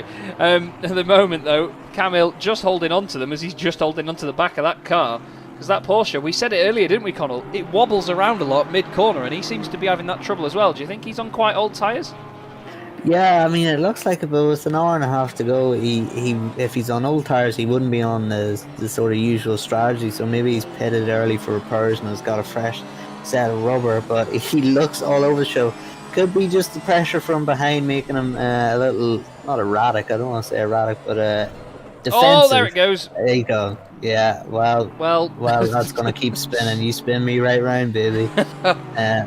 Yeah, that's, again, it was similar to it's not similar to the David Martinez incident at all, because he was gone before he actually made the apex of that corner. Oh, it's beast. And he's still there. That is, can he get it going again? He can. He's just making he's doing well, actually. He sacrificed his own time being lost there to make sure he didn't collect anyone on a rejoin. So good driving there from Camille. Very unfortunate for him to lose the car like that. I hope he is able to recover. Well, that was pretty crazy stuff there. But this is the number at 888 Coach Dave Academy car. James Parker, 5th overall. They were right down near the bottom of the order, 28th. At the end of lap 1. So what a comeback for them. And we do have, actually, we've got a certain Mr. Ryan Whitlock joining us in the chat, the number from the number 89 machine. Kyle Friesen out there for the Madhouse Racing NA car at the moment. Ryan, good to see you, mate. You just had a bit of a crazy stint, haven't you? Oh my gosh, that stint was nuts.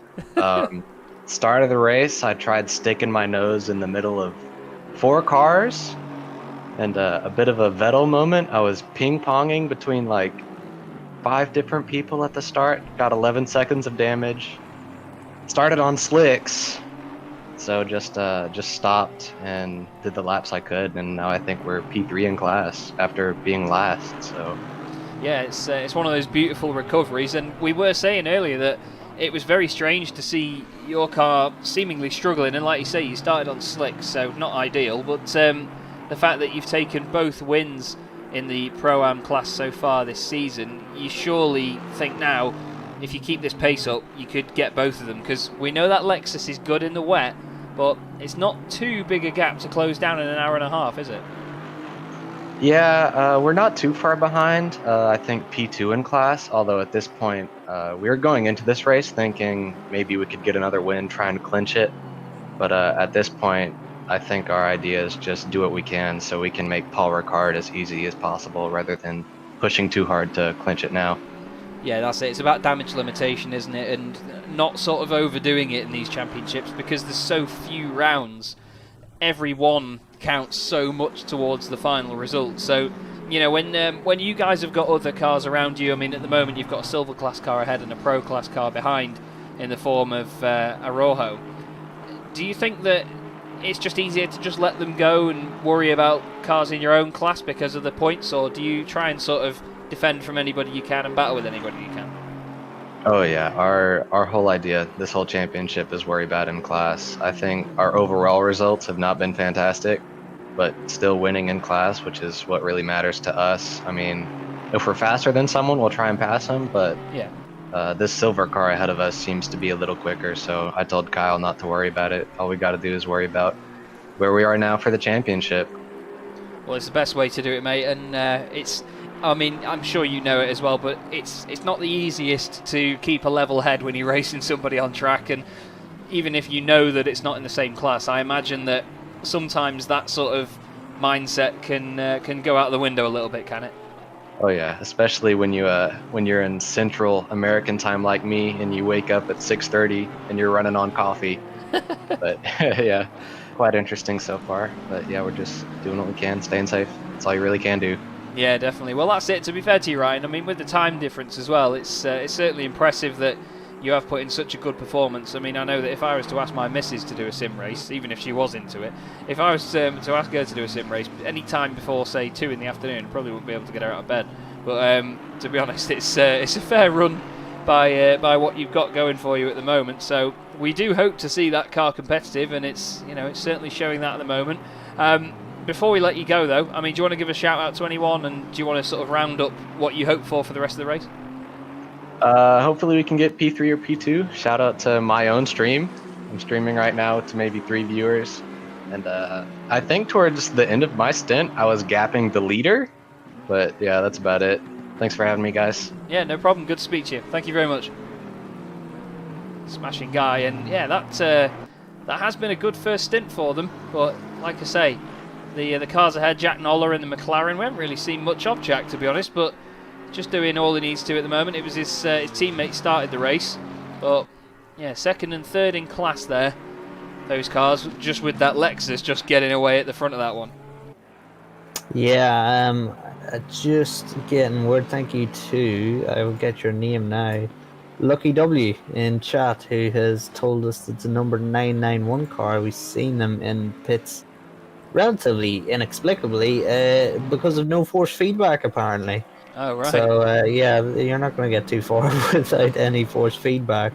So that is a disaster for the second in the championship. I mean, my goodness, David Martinez is going to be chuffed if he can hold this one, because he is 4th in the championship of the Race for Cat team, and he's seeing Ogorodnikov currently in 12th, 3rd in the championship, and the number 991 car seemingly DNFing.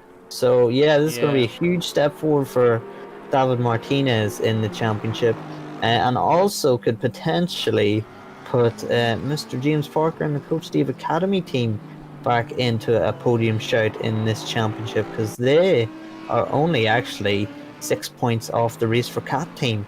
So the Coach Steve Academy and Race for Cat team could really profit off 2nd and 3rd in the championship having an absolute disaster. Indeed. Well, what we'll do, everybody, we're just about to go to an advert break and then a quick immersion break as we're at the halfway point. But before all that, we will bring in our very own Michael Hamlet just to give us a bit of a review. This has been lively, hasn't it, Michael?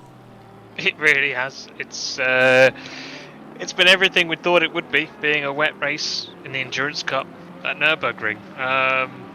The Endurance Cup is so far, the first 2 rounds at Monza and Silverstone threw up some really fantastic drama and a lot of excitement and a lot of changes, and this one has just been exactly the same.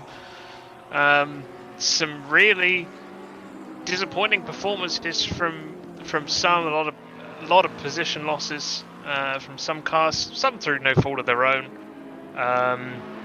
I've had a couple of cars who qualified. Well, we had obviously the 991 who qualified in 2nd place. Unfortunately, had to DNF. We've seen the 125, which was qualified 1st in class and silver class, P3 overall. Unfortunately, had their disconnect early on, so they're in last place with the lap down at the moment. But I really want to pick out the performances of P3 and P4 right now. They're P1 and 2 in silver class, the 207 in the Bentley, Dominic Tower in the car, and Dietrich in the 253 Lexus. They've both moved up 13 places from where they started. The 207 qualified 16th overall, the 253 17th, so they actually started in the behind one another at the very start, and now they're both up into P3 and P4. Incredible drive from both so far. Their pace has been incredible. I mean, looking at the last lap, Dietrich is fastest on track. He's quicker than the leaders. He's quicker than Ibrimi and Martinez. Well, it does come back to it, doesn't it? we know that Lexus is good in the rain, and well, we don't say it without reason, do we? I mean, look at it. I mean, we were laughing our heads off last week at the Sprint Cup, weren't we? Because there was one Lexus on track, and he won both races by what, nearly 30 seconds? Yeah, they did. Yeah, so we know the Lexus is very good in the wet, but you know, the Porsches and the Aston Martins, the Bentleys, they're not bad in the wet either. I mean, these wet conditions, I think they really do favour front engine, which is one of the reasons we'll see the Lexus and the Bentley. If we had a BMW out here, you'd see the BMW doing well, the Mercedes. But yeah, incredibly strong performance from those two. And the 95 as well. I haven't got a detail where the 95 started to hand, but they've also done really, really well. The silver cars, I think, have been really impressive. And as you've seen, unfortunately, in all 3 rounds we've done so far, including today, the 888 is having to do another recovery drive. Yeah. You know, it started well and then got hit at, I think it was at Dunlop, and now had to recover themselves again. But they're on course for a class podium. They're 5th overall, but the 2 cars in front of them are silvers, so they don't take any points from them. So they're on course for a podium in their championship points, which is pretty significant for them. But it's once again, I think, for the 888, a kind of, at this point anyway, a race of what could have been. But an hour and a half to go, anything can change. Well, that's it. I mean, we're hoping, of course, that the recovery drive does get more and more exciting. But like you say, the part of the mindset that they'll have to think about now is the fact that there's 2 cars ahead of them before they even gain championship points on anyone that they could overtake. So it's got to be a bit of a kick in the teeth. But these 2 at the front are doing an absolutely epic job. But thank you very much, Michael, for the review. Thank you for all the information that you keep feeding us as well in the background. What we're going to do now, everybody, is just quickly jump over to a quick advert break, and then we will be back on to an immersion break for just a couple of minutes, and we will be riding on board now with the number 55 David Martinez car. So just give us 2 seconds. We'll be right back.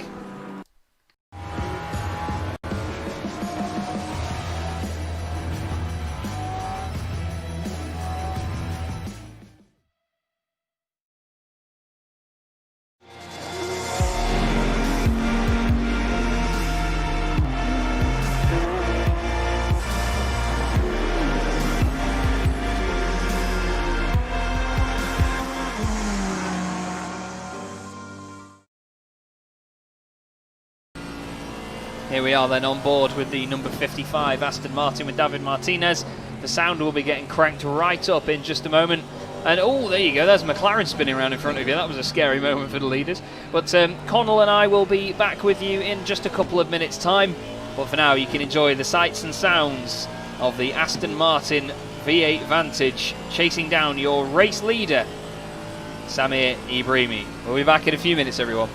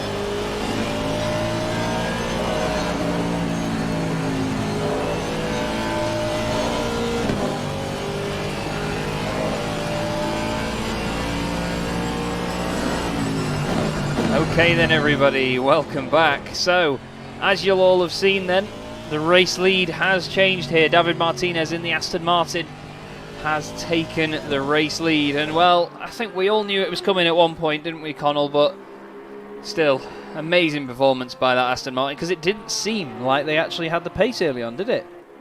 Yeah, they had a sluggish start to this race, and then they've come back, and what a pass, can I just say.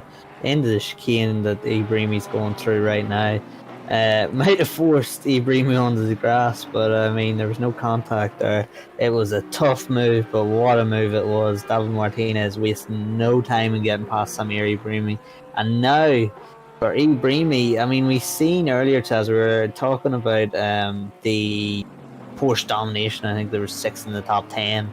We're seeing 2 in the top 10 now, so the Porsche really struggling for some long race distance consistency. And we're seeing now Diedrich in 4th. He has been the fastest man on track for quite some time. He is actually pressuring Dominic Tower now, so he could be getting himself into a podium spot overall, and more importantly for him, taking the lead of the silver class race. Could indeed. And the 24 has had a drive-through penalty for a collision with the number 36. That's Jack Noller. So that's Lucas Araujo, and he's coming into the pit lane now. We saw that these guys were causing a little bit of trouble, let's say, at previous rounds, but they're doing all right now. Nico Solman's just definitely out of this race now. They're completely out. Schaefer in the background has just come in. Jarno Kausch, here he is, just coming down the pit lane, nice and close to the pit wall. They are in the 911. Sean Gardner in the chat. Good to see you, mate. Hope you're well. 1 hour and 18 left to go, though, in this one, Connall, and to be honest, I was going to say that first hour and a half went quickly, but I don't think it did, because there was so much going on. It was never ending. Yeah, I mean, I looked up at the clock and I seen, at one point I seen 2 hours and 4 minutes to go. I was like, really?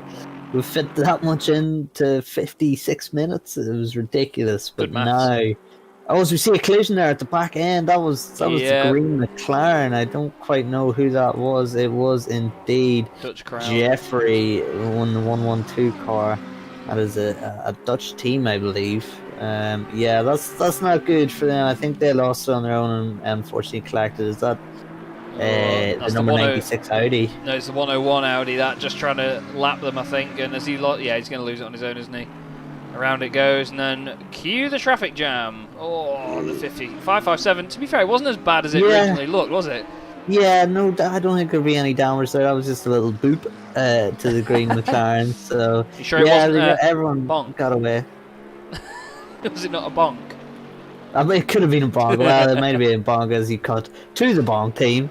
Seb Hanner, of course, one of the stars of the More Female Racers series that we have in the Sim Grid, having his stint in the Endurance Cup. He's going to be entering Formula Drift at that rate as well. Wow, that was a real slide. Let's just see if we can get that again. Sorry, Seb, but as soon as he gets off that curb, the car's already out of shape. Look at that. Flipping We've had an incident for P3. P3 has crashed at the last corner. Oh, no. Dominic Tower. And he's lost that time, and down the inside goes Diedrich. Never mind that. He's Paul Diedrich now. Flipping out. Chucking it down inside. James Parker is just behind going, oh, no. Oh, please don't. Oh, heck yeah. I have to go through this again. We know what's going to happen, don't we? Once Parker gets round this McLaren and gets involved in this fight, they're probably going to get turned out of the way by somebody. Not because the other guys are bad drivers or anything, but just the bad luck. Honestly, they need to hang a horseshoe from the rearview mirror of this Ferrari. And just make sure that there's black cats in every grandstand. Or is that bad luck or good luck? I can't remember. But is it bad luck? Oh, I don't know. But I hope it's not. There probably is a black cat in every grandstand now because of this Ferrari. But that Lexus in front, let's go on board with that. It sounds better. Listen to this thing. Paul Diedrich, as they go up the Schumacher S's, the rain is still coming down very hard, and the track is getting wetter and wetter. This battle is right on now for the overall podium spot. And don't forget, Connall, this is for the class lead in silver. Yeah, this is very significant, as I've said multiple times. 22 points separating the top 8 in the championship, so a win here is very crucial in silver class. And Diedrich does look to have the pace. We've seen them already make contact there half a lap ago. James Parker, of course, he needs to get through these two guys to stand any chances. We see Diedrich looking up the inside, thinks better of it.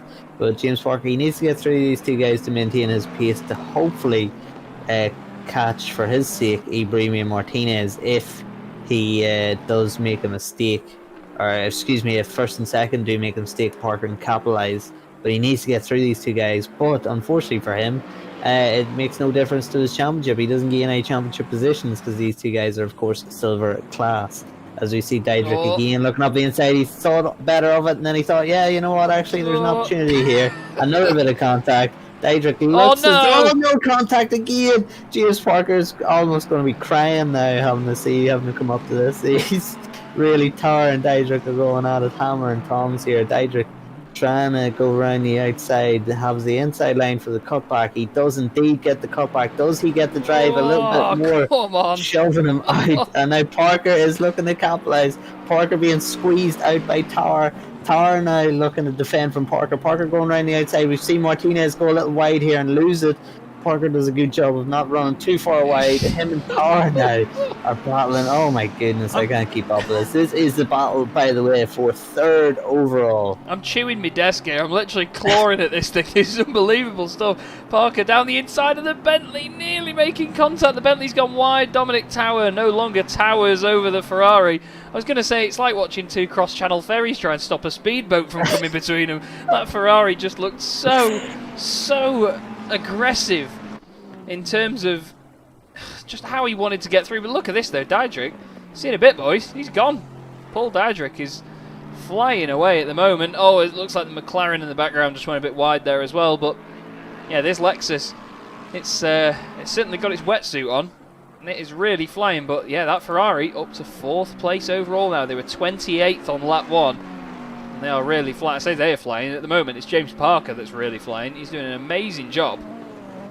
But this rain is definitely still going to make this circuit a lot wetter. And I think yeah, look at that, within the next sort of 15 minutes as well, because of the time progression as Parker runs wide. I did say he needs a speedboat. He probably does at this point. Within the next 15 minutes, though, the rain is going to get even heavier, Connall. I didn't know it was possible. Yeah, so track conditions will go from wet to, I think it's something else. I don't think it's flooded. I think there's something in between wet and flooded. We have driven in flooded conditions. Not fun. Not fun at all. No. But yeah, if you're Dominic Tower, you might just want to get your grappling hook in if you can to James Parker and let him bring you back up to Diedrich, and then you can resume your battle for silver class lead. But easier said than done to get a grappling hook onto James Parker. Yeah, to be honest, it's certainly looking racy, that Ferrari, let's just say that. It's got the rain light flickering away as well at the back, the windscreen wiper going absolutely mental at the front. You can see there on board with the Fez now, down towards the hairpin. There is that rear view camera that I mentioned earlier, and it's interesting because some cars actually have those rear cameras with radar on the back of them. I think it's the, I know it's at least the Corvette, the GTE Corvette. They have like a little yellow arrow over the cars at night so they can see where other cars are, and it detects them, and the yellow arrows get bigger and smaller based on how close they are, because it's hard to tell how close headlights are behind you sometimes. It's quite an interesting little feature. I don't think GT3 cars have that, but yeah, that'd be useful.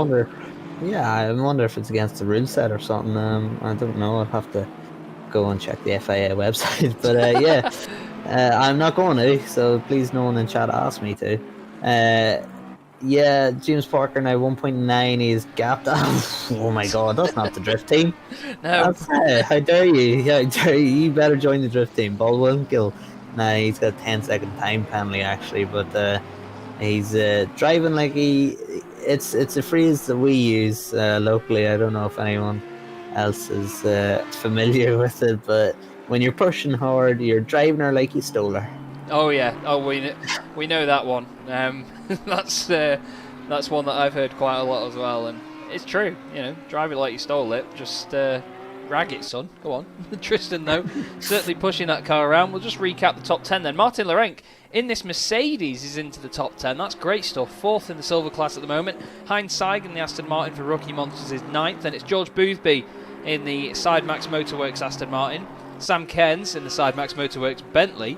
And then Jarno Kausch is in the MSR Liga Endurance Team Porsche. Dominic Tower, oh, hello, that was sideways. Dominic Tower is 5th at the moment in the 207. Championship leader in the silver class, James Parker, as we saw, has just got ahead into fourth with Diedrich in third. And it's Samir Ibrahimi second. David Martinez leads this race by 6.1 seconds now and doing a very good job of it. 17th and 18th apparently close together. This is Johannes Weiss just chasing down Mikael Vactor in the Lexus. Now, Vactor leads the Pro-Am class. Noller in the 36 McLaren has dropped down to third. So Kyle Friesen, teammate of Ryan Whitlock, who we spoke to earlier, is now second in class, which is always good. As ahead of them, it's getting close between these two cars as well. This is the number 17 Aston Martin, Ruslan Kovaluk, and ahead of him on track actually is Simon Speth, and I think Simon has sped off, to be honest. He's certainly dragging that Audi back up from the depths, the Batmobile as we've dubbed it, doing a good job because they got taken out by that McLaren early on, didn't they? Yeah, it was Leaf who was driving the car in the first stint, and he, as you said rightly, Chaz, he got spun on a straight somehow. But yeah, we've got a spreadsheet through from Michael Hamley. He's been tracking. I don't know how he could possibly keep up with this race, but he's been tracking the race progression here. I'm just looking from the first three in terms of qualifying. The number 56, the number 991, and the number 125, with various issues between crashes, mistakes, run wides, and connection issues. Pullman, the number 56, that was Ogarodnikov, and that was the Like and Subscribe team. They've lost 10 positions. They're currently in 11th. And of course, the 991 car has DNF'd with apparent no force feedback from their wheel, whoever that was driving. They're the number 125 car we know has had their connection issues. They've lost 29 positions, which is stunning. And the championship leaders, the number 99, has gained 3 positions from their 4th place qualifying position. So, well, it'll be 2 positions now because they're in seconds, excuse me. But yeah, so a lot of changes. I mean, I'm looking down the order here that Michael sent me. The difference is I mean, the least amount of difference is the number 99 car. The most is, of course, the 125 with 29 positions lost. So yeah, it's just emphasising just how tricky these conditions are, and what a tricky track the Nurburgring is. Yeah, I know that some of the organisers, Michael included, have been a bit aggrieved that it's just Porsches and it's the Porsches dominating in most series on the sim grid, other than the Sprint Cup where we saw that Lexus so quick in the wet. 4 Porsches qualified in the top 5, and only one of them is still there now. So interesting. But this race, honestly, you could have just got everyone's car number on a little piece of paper, put them in a hat, and you could have put them in order somehow if you wanted to. Throw them up in the air, and then whichever one hits the ground first is basically the order now, because it's honestly so muddled up. It's brilliant. It's great to watch for spectators and as us commentators, as well as the 95 of Sam Kens looks down the inside. Nothing doing there on Jarno Kausch, but we've said it all race really. This side Max Motorworks Bentley, look at the speed up the Schumacher S's. That was like Jarno just stuck it in reverse by accident then. Yeah, it's phenomenal. It really does show the Porsche struggling a little bit. We're seeing the Porsche starting to struggle, and the Bentley looking very, very strong indeed. The big Boatley doing well in the wet conditions. They qualified 22nd, by the way. Wow, what that's a drive. phenomenal.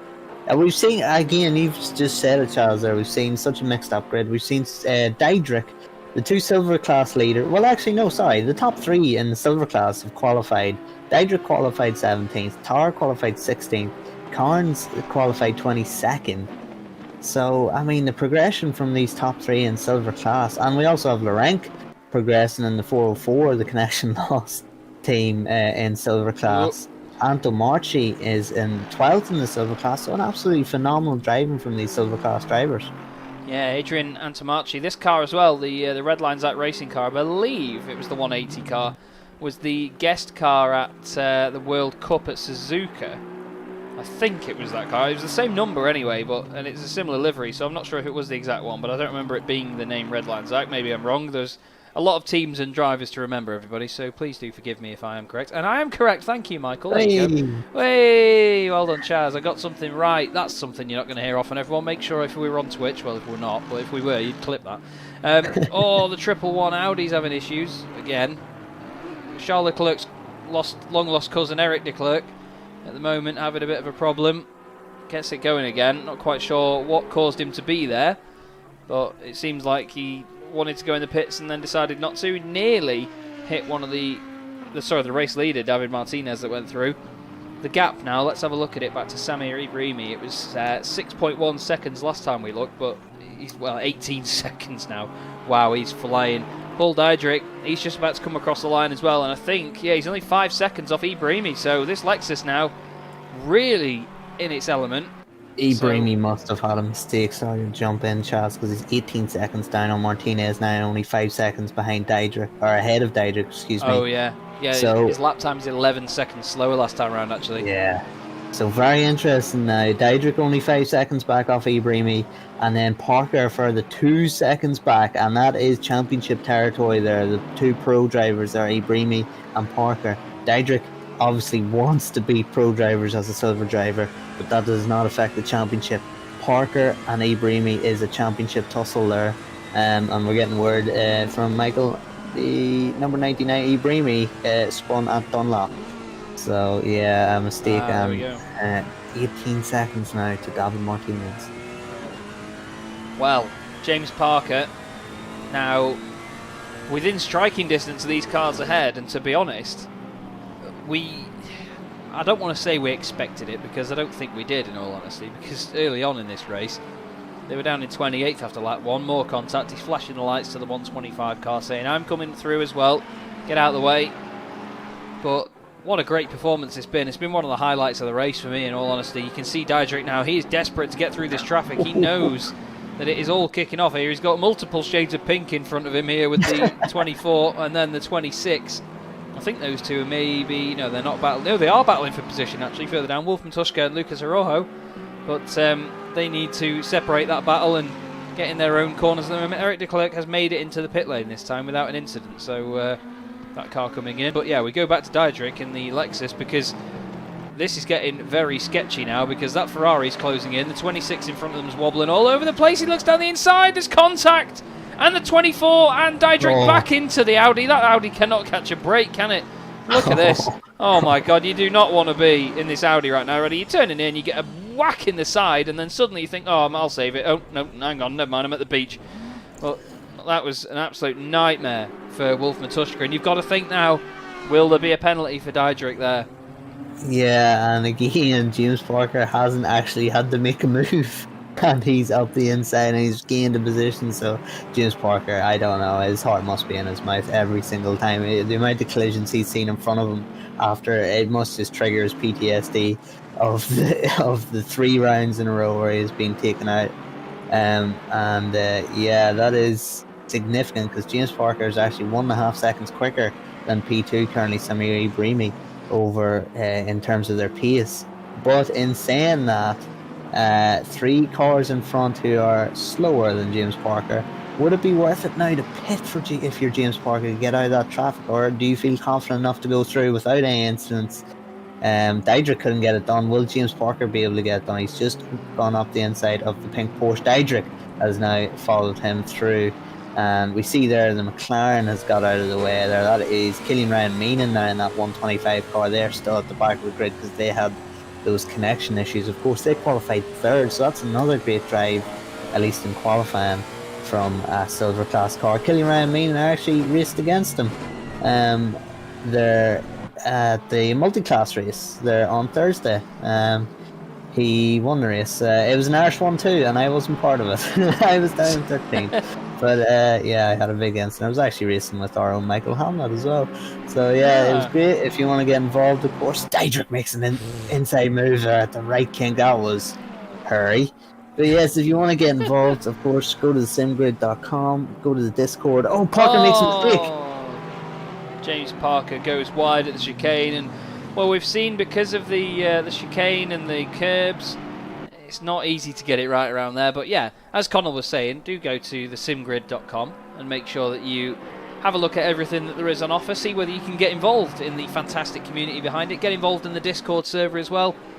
And yeah, Hopefully we'll see you on track, and hopefully for you, you don't have the misfortune of having me commentate on you, because... Well, hopefully not. Well, I'm taking part in the 8 Hour of Laguna. No. I'm pulling double duty. I'm commentating. I'm racing the qualifying and racing the first stint, and then commentating after that. And our other commentary colleague Kyle is actually commentating on my stint. So if you're watching the 8 Hour of Laguna, prepare for me to get absolutely rinsed. I hope I don't do stuff to embarrass myself, because I'm sure it'll be highlighted by both Michael and Kyle. So we'll see how that goes. But yeah, I'm looking forward to it. I really enjoyed there. That was my first race with the Sim Grid. On Thursday, had a couple of the guys here in the Endurance Cup, Seb Handler, Killian Ryan Mean, and guys like that in my split. All great racers. Was ridiculously clean, and we were very close together for a long period of time, and no major incidents. It was great racing all around, and I really enjoyed it. So I'm looking forward to the 8 Hour of Laguna now. Yeah, Laguna Seca's not an easy track either. Bullwinkle here still with that 10-second penalty. Through the chicane he goes, and just behind him on track there, race leader David Martinez in the Aston Martin, doing another amazing job. This is one of the other Batmobiles, I think we could say, on circuit at the moment. But yeah, it's similar stuff, isn't it? You know, if it rains, you know that these guys are going to do well. David obviously has his teammate. Just check the timetable, by the way. You can see all of the drivers and their teammates here as well. And it's Ramos that's going to be getting in the Aston Martin when they do their pit stop. You can see some of the drivers have 3 driver teams, and some of them just have 2. They'll just do 1 driver swap. We're yet to see Gregor Schill in the 888 Ferrari, but there you can see some of the gaps as well. You can see the 10-second penalty on the right hand side there for Bullwinkle. He has Hacklander and Hillebrand as his 2 teammates, and we have Kundachioglu in the car at the moment, the number 96, and the Sidemax Motorworks car. It's another one of them, isn't it? The 3 Sidemax cars have all sort of been slightly together at certain points of the race, but they're all on very different sort of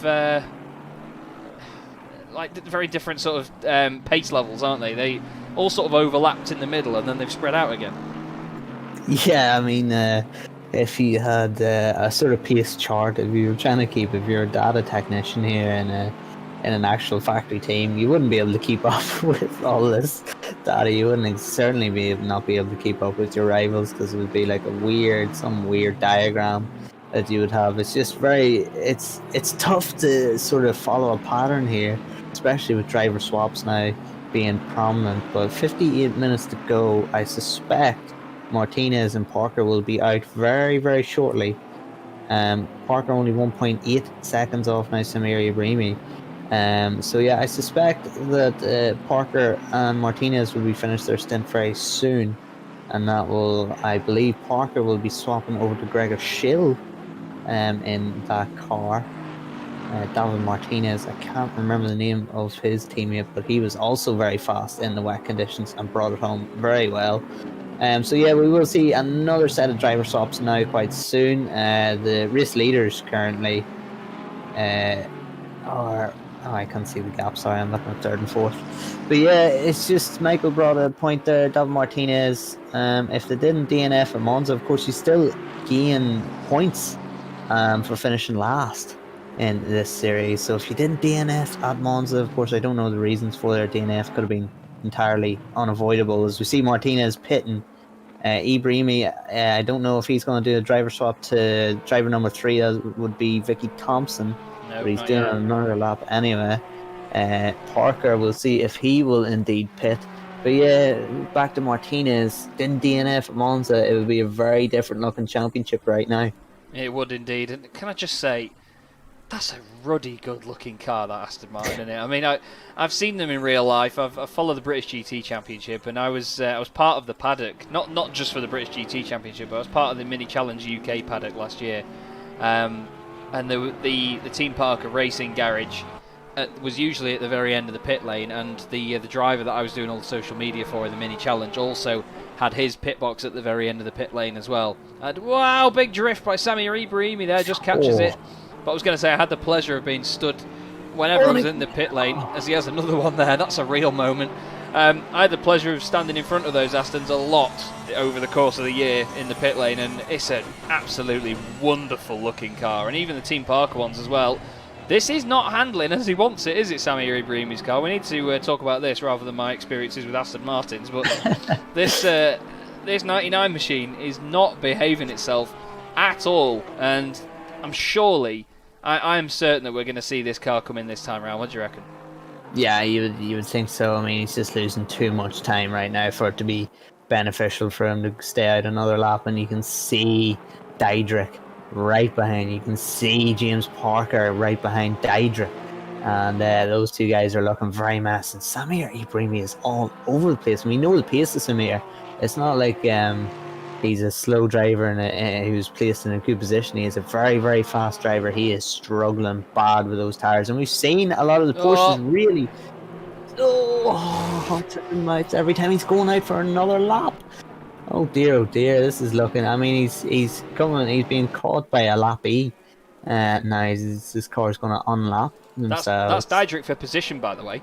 Paul Diedrich and then James Parker is for position 2. So you've got to think this Lexus on this lap surely will get through. I mean, that camera means nothing to anyone. You can't see anything, but it just sort of gives you the idea of how little view there is out the front of this windscreen. We'll go on a little bit further back. There is the Porsche. A little bit of a moment from Diedrich into turn 2. You don't want to hit that curb on the inside. You want to be careful as well not to hit the Astro on the right hand side. You can see he's wobbling the wheel all over the place trying to keep this thing under control. A lot of standing water on the apex and sideways. Oh, and it's into him. There's contact between the two of them, but the Porsche's around. Samir Ibrahimi has pushed his luck that one bit too far, I think, here, Connall, and now he's got to try and figure out which way he's going to get going. Oh, it was bound to happen, wasn't it? We'll go back a little bit and look just how it was handling around here, but, well, he was just pushing his luck, wasn't he, mate? We knew that car was misbehaving. Yeah, I mean, I'm not privy to their strategy, but with the way he was fighting with that car in the last lap, you'd think he would have to pit there, but he's just got it up over the curb, and with the tyres as worn as they are, there's no grip, and that is a big championship implication there for the number 99 team, the Pro Wilton team. That is huge for the championship. And I wonder, do they have any damage? Oh, he's all over the place. He's running wide. He's going to be caught and passed now by cars that he has lapped already. So these tires just give up the ghost, and he is really struggling. Now we have a silver class driver in the lead, and we've James Parker in the lead of the Pro race. Yeah, that change around is pretty special. It's Mikel Ramos, by the way, in the Aston Martin that is further back from them. But yeah, we've got two Bentleys.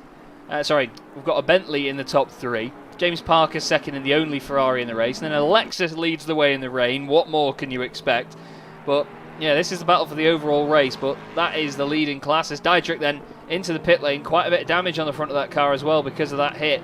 He's had 2 situations now where he's had a car across the front of him. So interesting to see. But yeah, this is literally the battle now for the race lead in the pits, as Ramos is going to go through. Actually, Mikel Ramos is going to fly past these guys any second, although I say any second, he's quite a bit further away.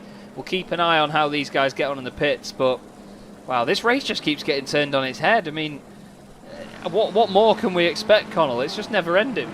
Oh my god, I can't believe it. It's like, if you take it in 3 stages, like as in with 3 races, R1, R2, R3, there's just been so much action the whole way through. Now what's going to be key is monitoring this man's pace, Miguel Ramos. What will his pace be in comparison to the next Coach Steve Academy driver and Diedrich's team driver? But yeah, you have to say, great advert, as Michael's saying, great advert for the Lexus this weekend.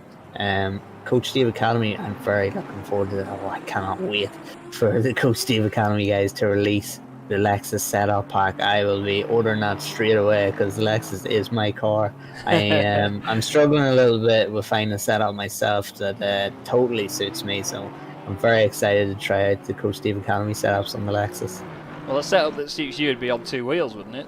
yeah, that's what. Like, I was funny. I was actually joking with the team that I'm racing the ER Laguna with, and I was saying, guys, can I get this, big heavy Porsche with 4 wheels to handle like a 250 Moto 3 bike, please? Because then I'd be comfortable. Yeah. And just like, oh, shut up.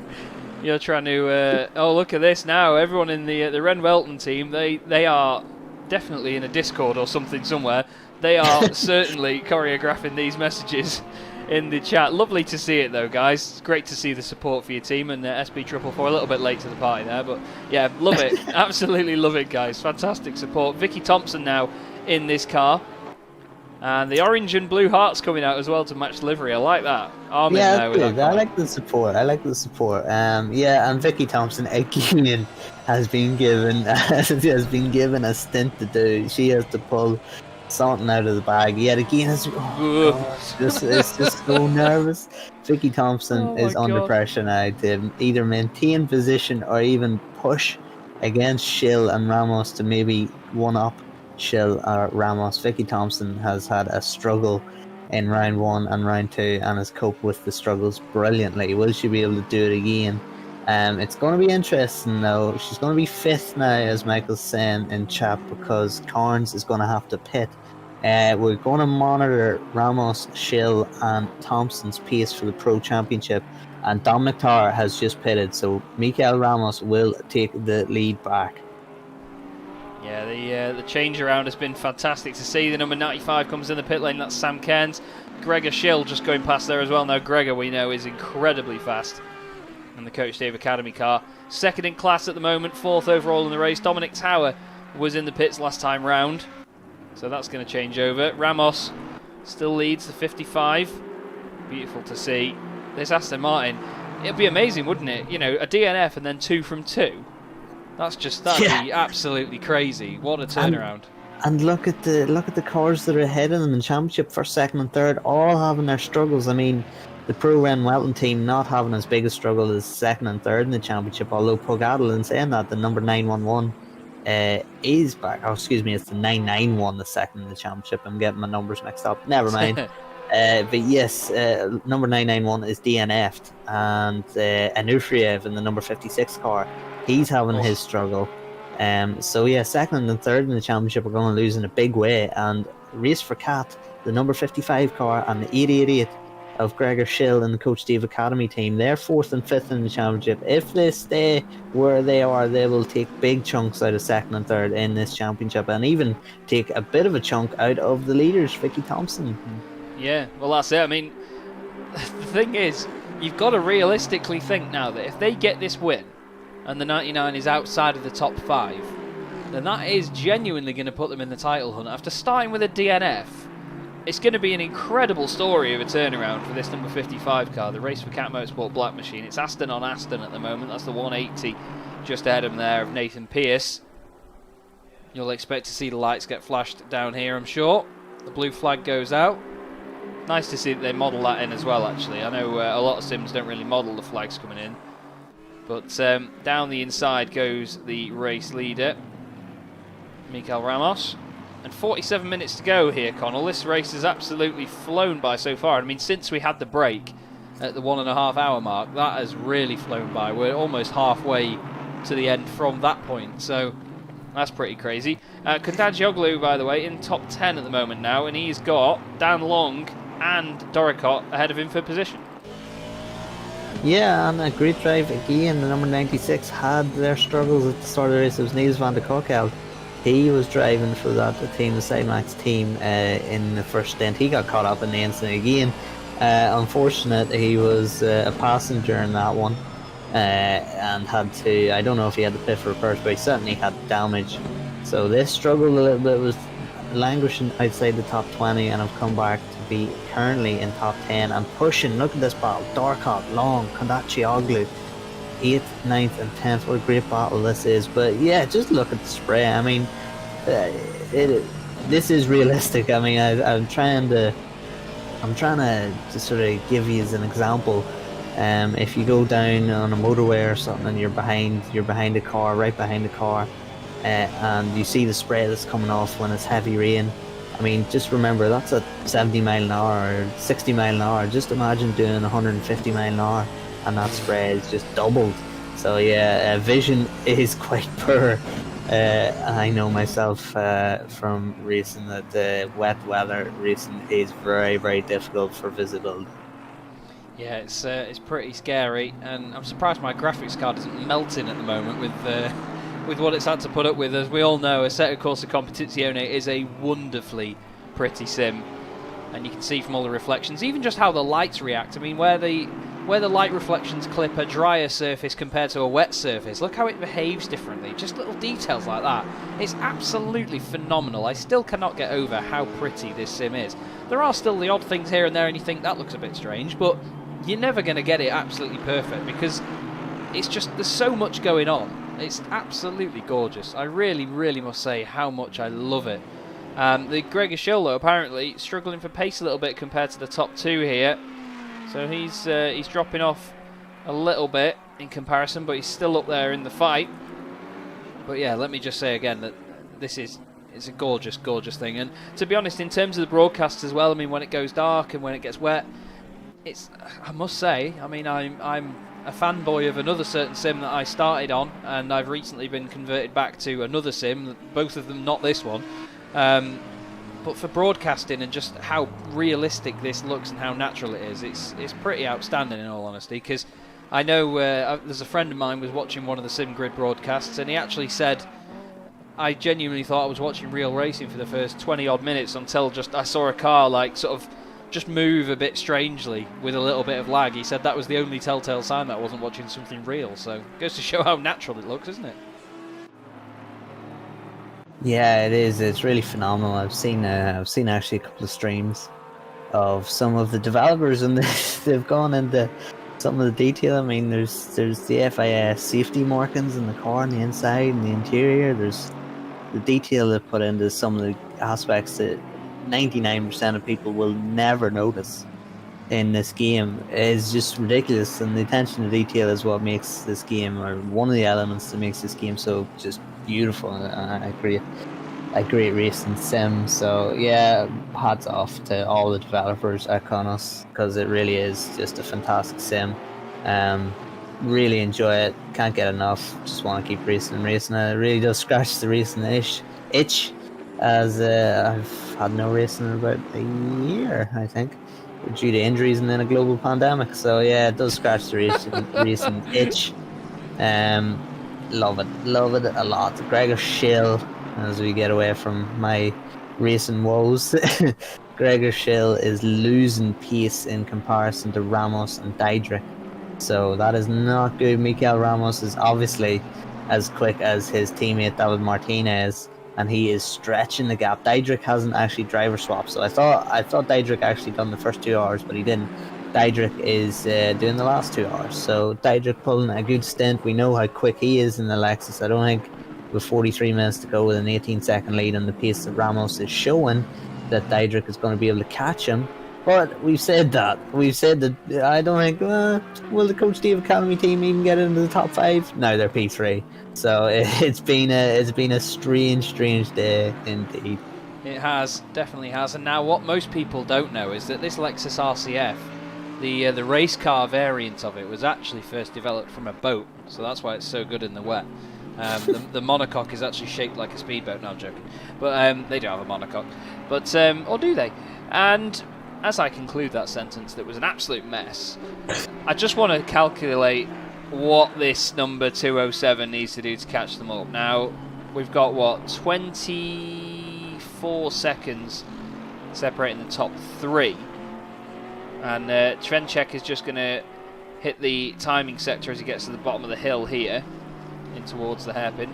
He's then 22 seconds back, so yeah, with 40 minutes of this race to go, I mean, without a pit stop or any sort of issues, it needs to be like, what, 2 seconds a lap, doesn't it? It needs to be something pretty special here, I think, to get that close to Diedrich to take that silver class win. So Diedrich's doing everything right. The team that is Ramos. I mean, I don't want to keep sort of blowing their horn too much, but you can't not with this sort of performance in the wet. They just want to know. I mean, we've never really seen it rain at Paul Ricard in real life, to be honest. But if they hear Paul Ricard final round and rain, then we're going to have a very, very happy number 55 team, aren't we? Especially if they don't do that. And that. Yeah. Hey, oh dear, yeah. They heard me. I mean, he could be feeling a little bit of pressure, Mikel Ramos. David Martinez has left him in a great position. And you know yourself, Chaz, the pressure of don't mess this up for us is a lot, and it's a lot to deal with mentally. So a few mistakes there. Just need to get a little bit more composed. We'll keep monitoring the gaps to Diedrich and Schill. It looks as though the 207 car has dropped back and is actually off the pace of the front three, but actually 3 silver cars in the top 5, so that's pretty damn phenomenal. It's a great drive. Number 556, that has got a 20-second time penalty. You can see that is for a dangerous rejoin, dangerous re-entry there, so that is unfortunate as we appear to be getting Sorry, some guys. Just technical issues. Yeah, just had a bit of an issue there with the sim. I believe my connection just dropped for a moment there. Not quite sure what caused that. Just going to make sure I get this sorted out now. It's still apparently raining out there. Just bear with me 2 seconds, everyone, and we will get this sorted as soon as possible. Apologies, everybody. Yes, it did. Just for the time that it's actually disconnected there, and my internet trouble has kicked off. It's just disconnected me from the session. So I'll just get back in 1 second, and then we'll get this back underway. But this is one of the wonders of technology. It's spawned me on board with an Audi, if you can't tell by the noise, because wow, oh wow, does it sound good in here. I just need to get the timing software and everything back open, just so I can connect to it. And then we'll be absolutely golden, everybody. So like I say, apologies for that. It's one of the few issues that I've actually had recently. There we go. So, sorry, Connall, you were saying, mate? I've lost my train of thought. I'll find a new one. Yeah, we've just, in the meantime, whilst I'm just trying to get caught back up in the race. In the meantime, whilst... Hello, everybody. Apologies for the issue there. I've reconnected and we've got this all sorted. It's just my wonderful internet, and I've been having anyone that knows me well enough will know that I've had a couple of issues recently. So let me just try and get reconnected to the session here, and we can get this all sorted out. There we go. Car noises, which is what we want to hear. Sorry about that, Connall, as you were partway through making a very strong point there, mate. But unfortunately, the people at home did not get to hear it, I'm afraid. Yeah, it was unfortunate. The number 207 had ran wide into the gravel, and there was a mistake actually for the number 207 that let Vicky Thompson through into 4th. That wasn't for the championship. To see a collision there further back. That was a little aggressive. But yes, we had an incident. 207 into the gravel. Vicky Thompson passed. That did not make championship effect. Vicky Thompson is a pro driver. The number 207 car is a silver team. So no championship effect, just on the road. It makes a difference in terms of pride, because it's 4th instead of 5th overall. Yeah, that's very true, and that's one of the things, isn't it? You know, a lot of the time in these series and in an online league like this, it's about bragging rights, isn't it? You just need to say to the guys around you, look, I just need to get one over on you, to be honest.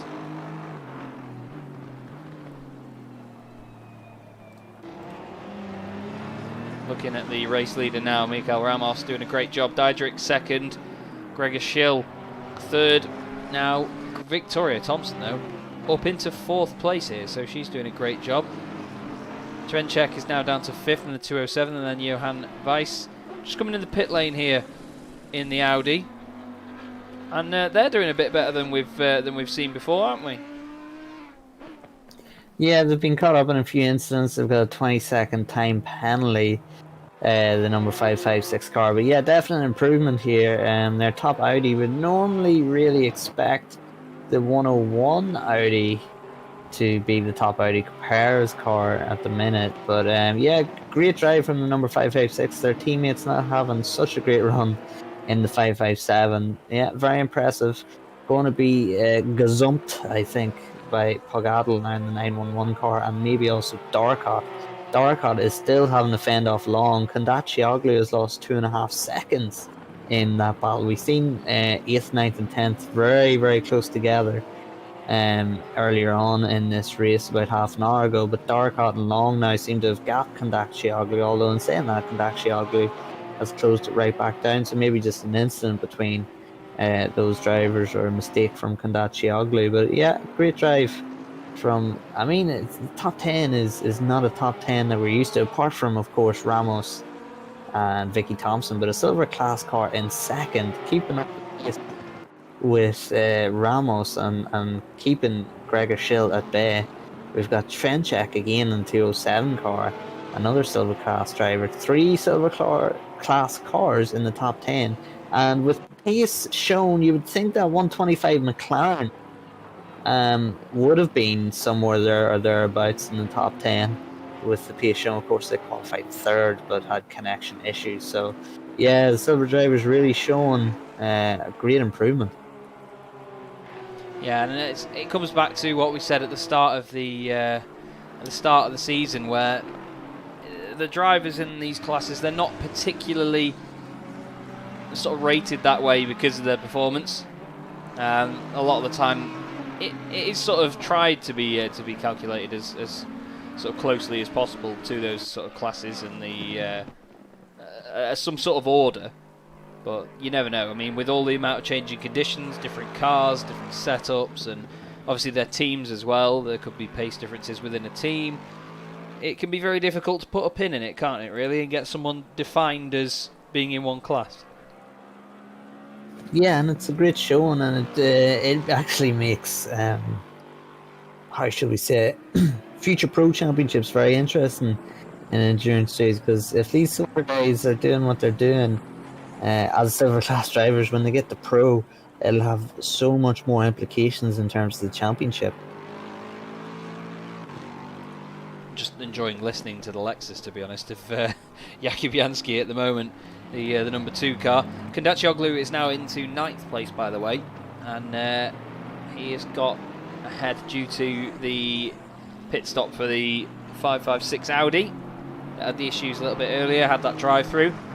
But Vicky Thompson now, it's a bit of damage limitation, isn't it, for Pro Renvelten, because they know that Gregor Schill and Michael Ramos, who could very certainly challenge for the championship in this last round after this one, they just need to make sure that they get as many points as possible just to sort of maintain that lead gap, don't they? Yeah, absolutely. And it really is championship mode now, championship head on.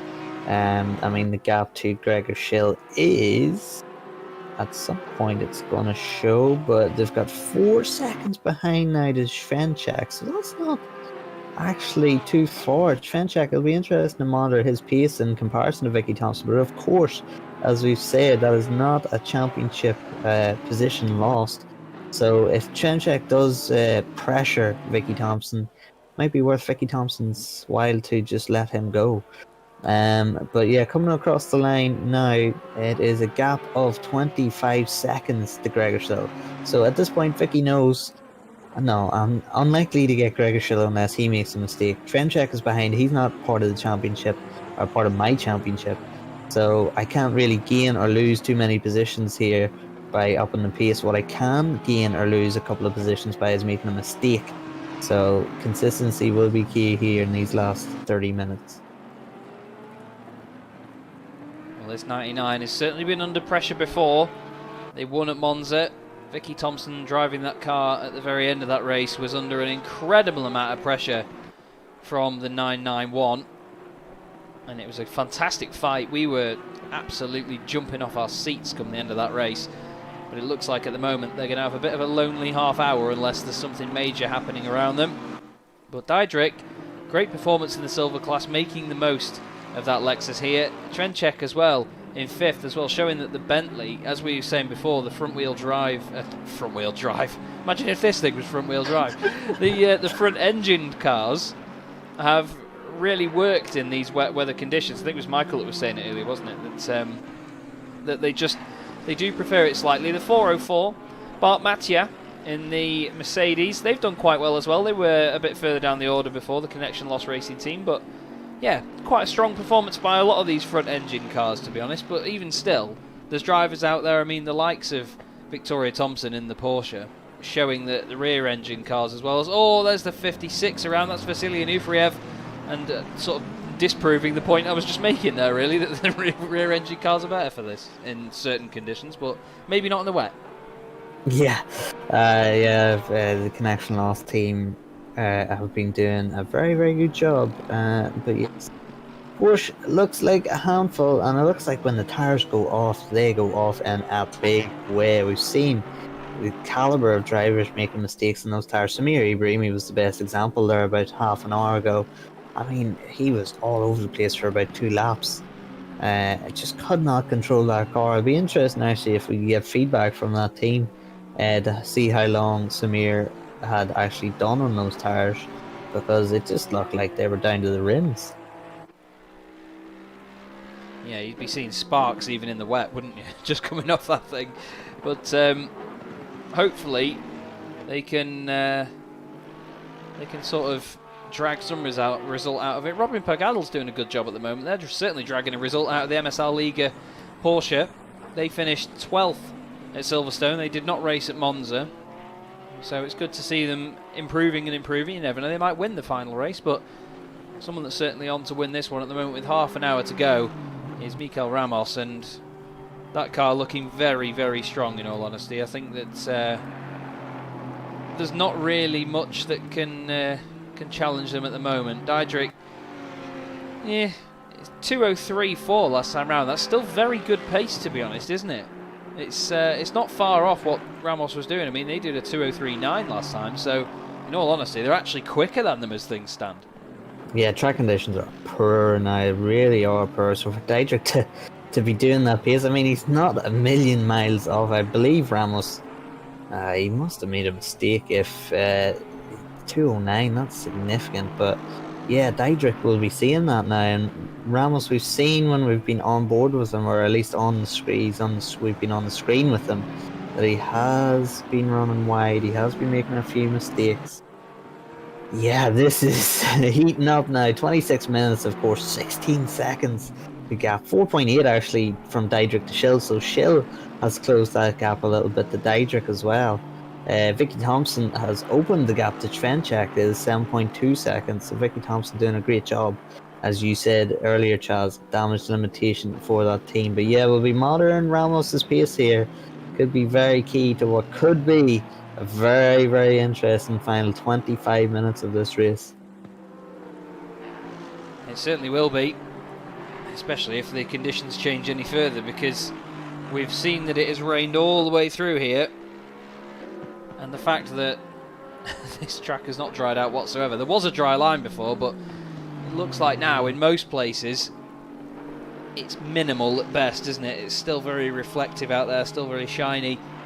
I don't think we're going to see much change in that department. 13th and 14th are close together, by the way. It's Marcel Fusi in the number 97 Sidemax Motorworks Porsche. And that thing was one of the very favourites for this championship early on, and it's just been nowhere, has it, in this race? I mean, they've been outside of the top 10 consistently here in this race, and it doesn't look like it's going to come alive. Johan Weiss was further up before, inside the top 10, but they had a drive-through penalty that took them further down after a collision earlier on in the race.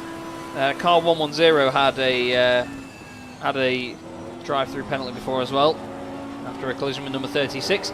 But right now we're going to drag in someone that had a fantastic start to their race, as we see this move going on here with the 556 and 97. They're still side by side, so our interviewee will have to just wait a second, I'm afraid. Let's see who comes out on top here. And Weiss surely is going to get this done onto the brakes into turn 1. The Audi not looking too bad in the rain here as he goes down the inside there, but a car that isn't looking bad in the rain at all is the 253, just ahead of them on track, Paul Diedrich. But we have his teammate Nicholas Walter in the box with us. Nicholas, you must be very happy with how this race is going. You had a fantastic first stint. Yeah, hello, good day. Yes, I'm very proud of my first stint.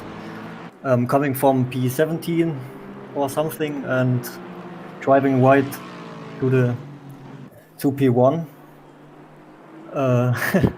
Yeah, my English is not so good. That's all right, mate. Not a problem. Well, talk to me about these conditions, because it seems that the rain is very difficult to get right. but the Lexus seems to just take it in its stride. Is it an easy car to drive in the rain, or are they all very difficult? I would say they are all very difficult, but the Lexus is one of the best cars in the rain. We are hoping for rain for this race. We are living near the Nurburgring at Adenau. It's not far away, and yeah, we are just hoping for rain because we know that when it will rain, we can perform better than in the dry.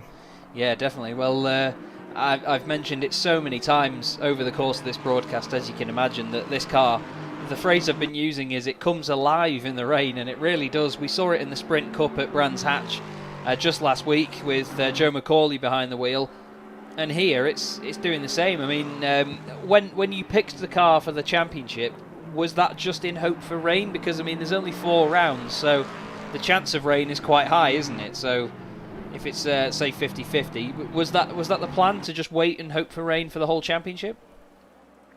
No, that wasn't the plan. We just tried every car in the game, in the dry and in the wet, and the Lexus was the only car that was good in the dry and in the rain. I think the Porsche is very good too in both conditions, but we just wanted to drive Lexus because the Porsche is a little bit difficulty to drive. Yeah, we've seen a lot of the guys on the brakes and mid corner having a bit of a slide here and there. It's a bit oversteery, isn't it, the Porsche? So the Lexus, I think the extra size of the car, because it's quite a big car, isn't it? It seems to help it out a little bit. Do you agree? Yeah, that's right. It's just a good all-rounder, the Lexus. Yeah, definitely. Certainly looks that way. Well, good to speak to you though, Nicholas. Thank you very much for joining us. Before we let you go, do you want to give a shout out to anybody, mate? Can you repeat it? Yeah. Do you want to give anybody a shout out on the stream? Yeah. I would every person from MSCN now, that's our motorsport club, but I don't think that are looking at the moment, but I would like to greet them all. Smashing. Well, wonderful stuff, Nicholas. Thank you very much for chatting to us, and good luck for the rest of the race, mate. Thank you. Cheers. Bye. Great guy there, Nicholas. Like I say, he said his English isn't great, but you know, these guys all come in and have a chat, and they do try, and that's what I love about this. You know, it's great to hear from them and see how their race is going on. That's a battle for position, by the way. Bart Mathieu and Vasily Onufriev. Yeah, I thought his English was perfectly fine. It's a second language, and I don't have a second language, so yeah, perfectly fine. It's better than my German, Spanish, Italian, whatever, you name it. Well, I am actually learning Italian, but I can guarantee it is better than my Italian. But yeah, back at the front, Diedrich again, 15 seconds now. He's took it down by another 1.5 seconds. It's not going to be enough for those last 20 minutes. What it might possibly do is just ramp that pressure on Mikel Ramos a little bit more. You'll see that gap coming down. He might feel like he has to respond to it and might make another mistake, but it seems like a bit of a long stretch. Seems as though the front 5 are pretty settled in their positions, barring any mistakes, but still this track is so tricky, and we've seen when these tires go off, they go off in a big way. Yeah, they do, and that's the thing with wets. There's a moment there for race leader. Mikel Ramos tries to go down the inside, goes a bit deep into the hairpin. But yeah, with these tyres, we said it earlier, they get very sensitive to temperature. So once the track starts drying out, you can really overwork these tyres. You know, there's a lot more abrasion because of the fact that they're grooved and they've got all these cuts out of them. They're not just slicks that have a really strong, consistent contact patch. They've actually sort of, because of every single corner and every bit of a groove that has to touch the surface, if it starts getting hot, then it just melts away and they just become awful slicks, basically, in really poor conditions. So it doesn't help itself when it dries out, but when it's actually wet and you keep these tyres cool, which it seems a bit backwards, doesn't it? You know, people try and cool the tyres in these conditions, because normally in usual racing conditions they're trying to keep them hot. But yeah, I think it's a bit of a different world in wet weather conditions, and I've said it a lot, you know, it brings a different bag of talent to these races. Some drivers you'll see that they're really absolutely on it in dry conditions, and there's a set level of performance that we all come to expect from drivers. Make it rain, and anything can happen. Honestly, you see a different order. There's certain drivers that just shine in these conditions. David Martinez and his teammate Mikel Ramos, well, we didn't get to see them in the dry at Monza, but they're absolutely nailing it, aren't they? Yeah, absolutely. And Michael has been doing some championship calculations. This team, the number 55 Race 4Cat Motorsport Black team, will actually take second in the championship now. So it would be a whole different story if they did not DNF at Monza. The gap between 99 and 55 in the championship would be 27 points going into the last race of the season. Sounds like a lot, but with everything that can happen at Paul Ricard and with the pace that these guys are showing, taking 2 wins from the past 2 races potentially, yeah, it really wouldn't be out of the question for them to sneak the championship in the last race. It'll be interesting to see where the Coach Dave Academy team finish in that championship.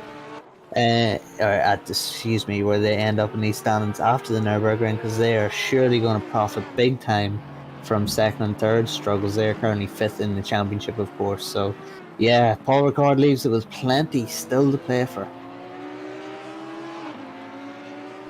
Yeah, that's the thing. It's not done till it's done, is it? You know, the checkered flag waves at that final round. That's the only time we're definitely going to know that this championship has been sorted out. It's got to be quite nerve-wracking though, because as I've said before, there's very few rounds in this championship. So where you've got some series that are like 20 races, one bad result might just hinder something slightly if the championship gets determined by like 1 point, for example. But when 25% of your season is taken up by a bad result in a DNF, that's massive pressure to be on for the following rounds, isn't it? And to be fair, they've really dealt with it so far. I can't believe it. Oh, hello. That was that the number 250 car? We've seen issues from them before. I don't actually see the 250 on track at the moment. I think that was the other McLaren. Is that Sheldon Scott Muscat? Yeah, he's just got going again, hasn't he? Yeah, I think it was Sheldon, but that was a bit of a shame there for him to have another incident on track. But these are tough conditions, aren't they, mate? You know, it's not easy just to get these cars around. Never mind do it at the pace that these guys are doing it. Yeah, and to do it for 3 hours consistently, very difficult. And I don't think we've seen any team within the top 10 not make a mistake. There's been a mistake at least from probably pretty much everybody in the grid at least once. So it just shows how difficult. I mean, these drivers are some of the best that Assetto Corsa Competizione has to offer. And if they're making mistakes, you know the conditions are very tricky indeed. It looks as though Gregor Schill has settled for third. He is now 10 seconds back of Diedrich. The only thing is, is that Diedrich has brought that down to 11 seconds from 16 seconds. So is that another mistake from Ramos? I mean, again, pressure being ramped up on Ramos. It's been cut by 5 seconds, another 5 seconds, and that does mess with your head if you're a leader, especially if you come into the last 15 minutes and you know tire wear could be critical. And we've seen Ramos run it wide, having to brake very heavily, getting it loose, getting it sideways. That all contributes to heat and wear. It does indeed. Yeah, 11.3 seconds now the gap, so it's ever changing, and Gregor Schill's going to be thinking, maybe if some of these guys get together and have an incident, I could get a freebie here, but he's 10.3 seconds off the back of Diedrich, so it's not done yet. Trenchek at the moment, though, in this Bentley, doing a great job. We've got 5 different manufacturers in the top 5. And now I know that Michael's going to be very happy with that, because we've not seen that much. The 888 will be 1 point behind the 56 in the championship standings, if things are how they are. And they're getting 1 point for fastest lap as well, the 888 at the moment. So that just shows you as well, if there is 1 point deciding it, it could literally come down to a fastest lap, couldn't it? Yeah, and the thing is, the fastest lap was decided about 30 minutes in because the conditions have just got worse and worse. So, yeah, it's difficult. And as you said, at one point, it was separated championships before. It's separated a championship again. But Ramos, he's maintained that gap to 11 seconds. He's just trying to do all that he can to maintain that gap. Yeah, I mean, it'd be interesting if this was a 4-hour race. We'd be saying this could be very, very different. But Ramos might just, thankfully for his case, Diedrich might just run out of time. 13 minutes to go. It's a 10-second lead, but another couple of mistakes from Ramos, and it could really, really put the pressure on him.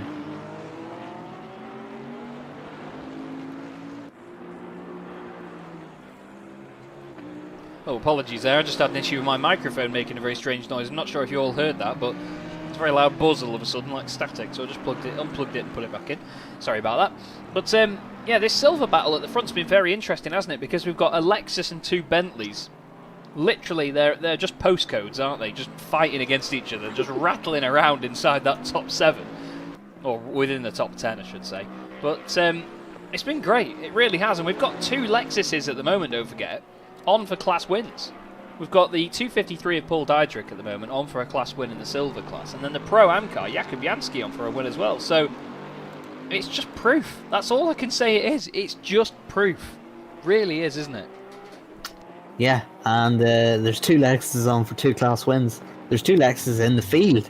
So it's going to be a 100% win rate for the Lexus cars in this race. So yeah, a brilliant result for these cars. I'm very happy on a personal note because I love the Lexus and it is my car of choice. So yeah, I hope all things being well, it's a good advert, and it's in a way it just shows that I really need to sort of get a move on, get my finger out, because these guys are embarrassing me in the Lexus. I can't even use it as an excuse. Oh no, the Lexus is way slower than the other cars. No, it's just me. Well, to be honest, mate, I drove the Lexus earlier this morning when I just wanted to see what this track was like, and I thought, oh, I'll go in the Lexus. You know, you enjoy the car. It's your favourite. It's your baby on this game. And these guys are only 4 seconds slower than my time that I did on like optimal conditions.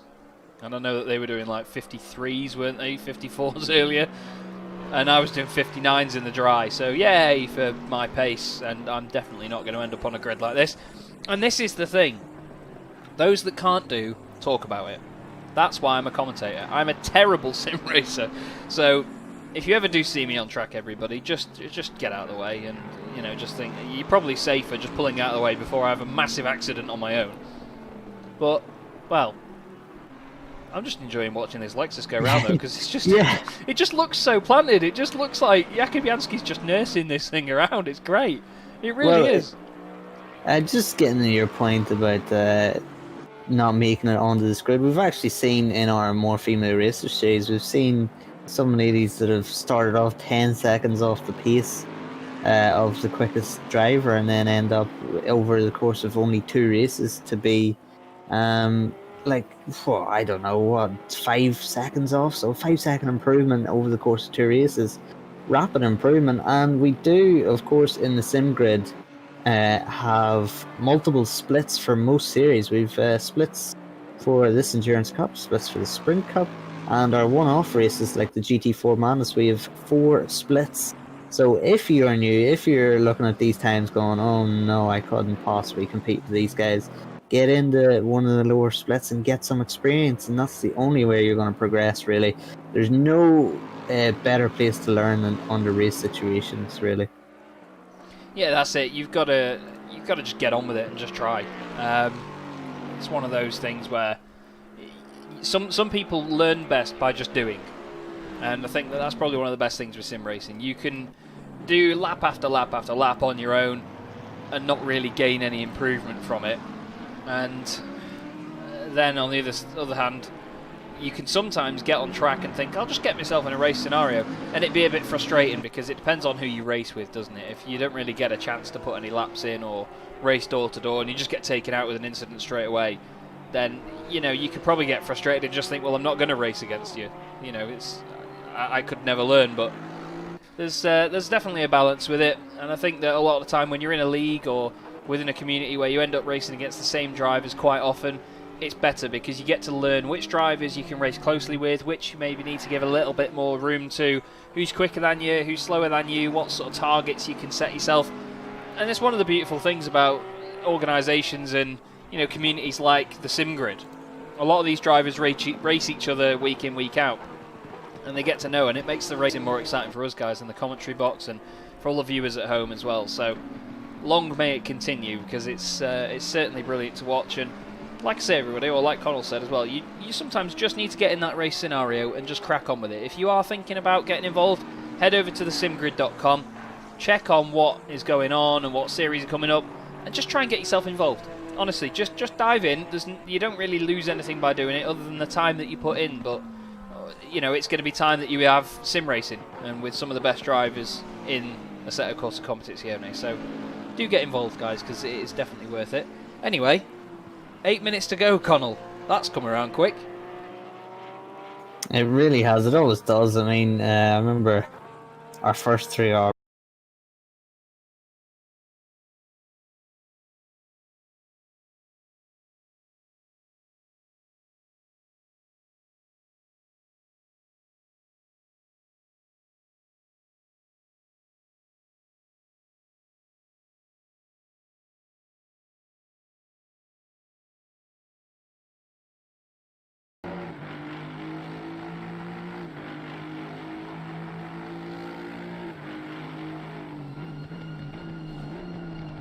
Okay. Are we live? Okay. So, sorry for that, ladies and gentlemen. Of course, a couple more technical issues. We are back, though, for the last few minutes of this race. You haven't missed much. The gaps have been pretty stagnant at the minute. Ramos is doing a fantastic job controlling this lead, even though he's had a few instances. We're currently on board with Ramos. It's just been a fantastic job on Ramos's part, and of course his teammate Martinez. I mean, Martinez really did control this race from the start. He had a very sluggish first sort of half an hour. He wasn't looking like the man to beat. Actually, he was actually looking like he was struggling for a bit of pace, and then all of a sudden he just took over. And once he took over, he served a drive-through penalty. He was down to about 8th position, and then all of a sudden, before our very eyes, he was up to 2nd, really pushing Chris Hoke. Chris Hoke himself had a very slow end of the stint, really dropped off in terms of tyre life. The Porsche, once that tyre life went, it really dropped off a cliff. I think Chris Hoke was doing 208s, 209s, in fact. So you see Diedrich getting back past some lap traffic. I believe that was Mathieu, the number 404 car, in 11th. So yeah, it was very interesting. Chris Hoke dropped off the pace. Martinez closed it down, and then we went into the pits. Of course, Samir Ibrahimi took over that Pro Run Welton team car at the 2 hour to go mark, and he put in a good shift. And again, near the end, the tires just dropped right off a cliff, and unfortunately we had Samir making a mistake, getting into contact with Diedrich. James Parker was able to avoid the incident, but pretty much from there on, we've had both Martinez and Ramos clearing off at the front, so they've served a drive-through. Michael Hamlet pointed out in the chat that the front 3 they've had an eventful race. We've had P1, the Black Cat Motorsport team. They had a drive-through early on, had to suffer through that. P2 has had a 15-second time penalty. And then Gregor Schill and James Parker and the Coach Dave Academy team, as we've seen, have had no luck at all in their past 3 races. Every race this season of the Endurance Cup, they've had issues with being unceremoniously dumped into the gravel, shall we say. But 3 minutes and 12 seconds to go now. We are nearing the end of the race. The yellow flag was out there momentarily. It is still out, actually. But the green light is on. So we are back, and maybe just someone run a little wide. We're on board with the number 1 area of Pierce. He is 1.8 seconds behind Hacklander at the minute, so he is closing down, and that looks to be the closest battle for position at the minute. Very, very difficult conditions. We're at 6:11 p.m. in game time. We have a 15-degree track temperature, so it's very, very cold. Good for the engines, not great for tires, although with these wet tires and the risk of overheating, it might be a little better than hotter conditions that we've seen at Suzuka and the like, and at Silverstone certainly it was a bit warmer. Track conditions still wet, and it's not obviously going to change with 2 minutes to go. But this team, headed by Tim Troquet in the World Cup as well, they were the reserve team in the World Cup. They had their own issues during the World Cup, having a good run now here in 14th in this Endurance Cup, of course. But the leaders, Mikel Ramos, Race for Cat Motorsport Black, have just been phenomenal. Mikel he's been struggling a little bit, a couple of mistakes here and there, and Diedrich has closed that gap in from about 18 seconds to 9.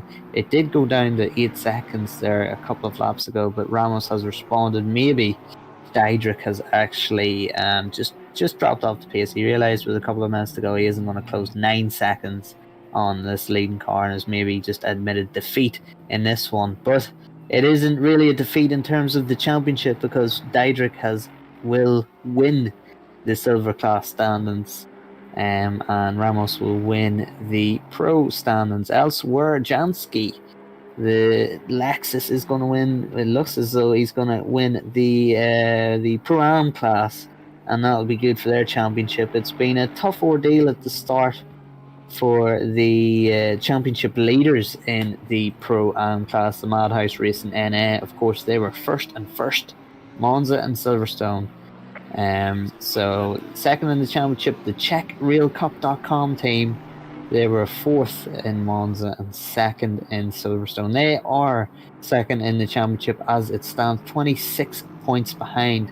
So they are keeping their championship alive here with this potential race victory. So yeah, it's leaving Paul Ricard a very, very appetizing prospect here. I cannot wait for the Paul Ricard race. That is, of course, October 10th, same start time as here at the Nurburgring. October 10th, the 3 hours of Paul Ricard. Very, very tricky track. We don't know obviously how conditions will be like, but certainly this Madhouse Racing NA team, they've had the pace. They've had the pace to fight Jansky, of course, because they were pretty much dead last at the start of the race, and then have worked their way up to second in class. So we have hit the checkered flag now. It's going to be Ramos's last lap here. The white flag, excuse me. The checkered flag is not out just yet, but it's Ramos's last lap. 6:17 p.m. in game time, and this team has looked unbeatable. Not only in Silverstone they didn't put a wheel wrong. They've had a couple of mistakes. Both Martinez and Ramos have had their fair share of mistakes. Martinez was almost into the wall, don't forget, when he was chasing down Samir Ibrahimi.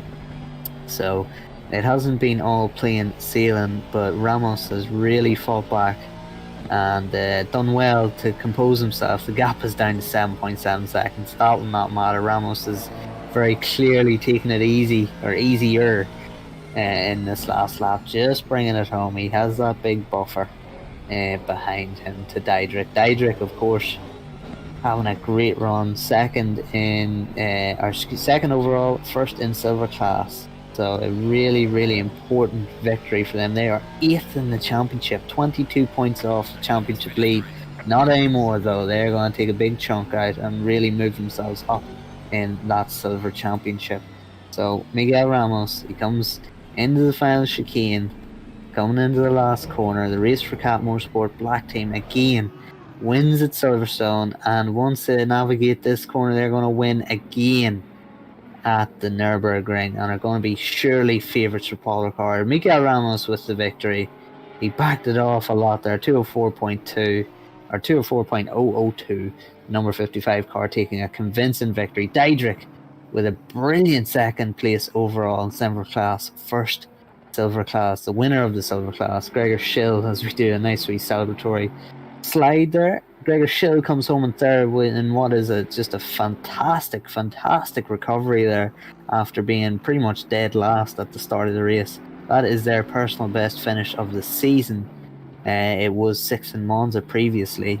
Vicky Thompson, much to the delight of our people in chat, she comes home in 4th place and 3rd place overall in the pro class. Still championship leaders that have had their championship lead cut into a little bit as we get into the last race, but still have a nice buffer. Trenchak now 2nd place overall in terms of the silver class.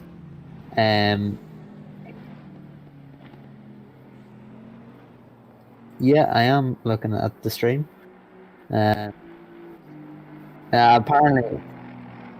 Apparently I am lagging quite far behind the stream because I'm quite far back. But I'm seeing what I'm seeing. I must be lagging behind. We've had a few technical glitches, folks. So unfortunately, they have played this. But we've had a great race here at the Nurburgring. As we see the rest of the guys finishing throughout the order. So it's a great race. And I think for the championship, it's really opened up all 3 championships and left it with a lot closer, especially in Pro-Am. It looked as though Pro-Am was going to get wrapped up today with the way Madhouse Racing NA was actually going on, but not so much. They've lost 8 points to the Czech Railcup.com team in that Lexus, taking their first class win, 4th in Monza, 2nd in Silverstone, and now 1st in the Nurburgring.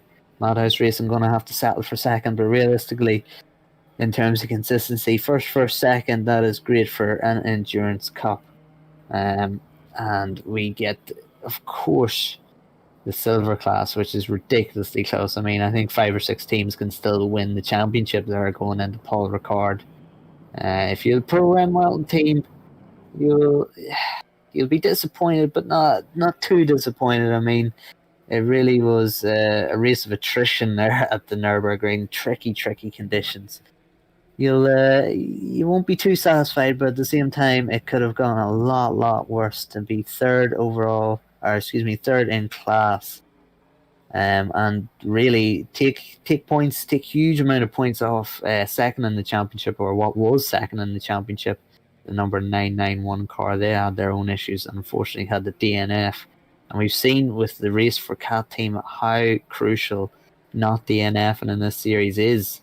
I think we'd most definitely have a very close championship going into Paul Ricard if the race for Cat Team hadn't have DNF'd in Monza.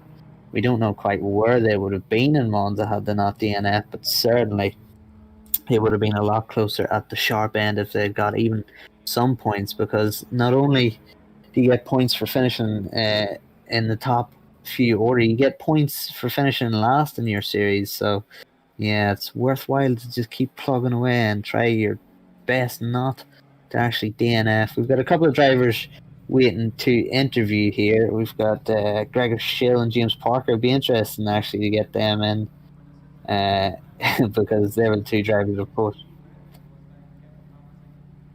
Okay, perfect. We've got the Coach Steve Academy drivers. I mean, James Parker, my heart actually went out to James. Chaz is himself as well. A couple of times there, Chaz, we had our heart in our mouth. Even though James Parker wasn't directly involved in a few instances, he was right behind them, watching them. And with their luck over the past while, they've we really didn't want to see them getting taken out again. But what a phenomenal recovery! Yeah, once again, it was a case of trying to recover after a first lap incident for that team, so real nightmare for them, and a lot of hard work goes into each and every race. I want to just apologise again, everybody, for my connection issues. You can trust me on one thing right now, is that someone at Vodafone is going to get an earful in a moment when we're done with the stream, because I'm not having it anymore. I've had a lot of issues with it, as you have all seen, so I'm afraid that someone's afternoon is going to get ruined. But someone that didn't have a ruined afternoon, we've got Gregor Schill and James Parker from the Coach Dave Academy Ferrari. James, just starting with you, mate, that double stint at the beginning, another first lap issue for you guys, but what a drive through, mate. That was amazing.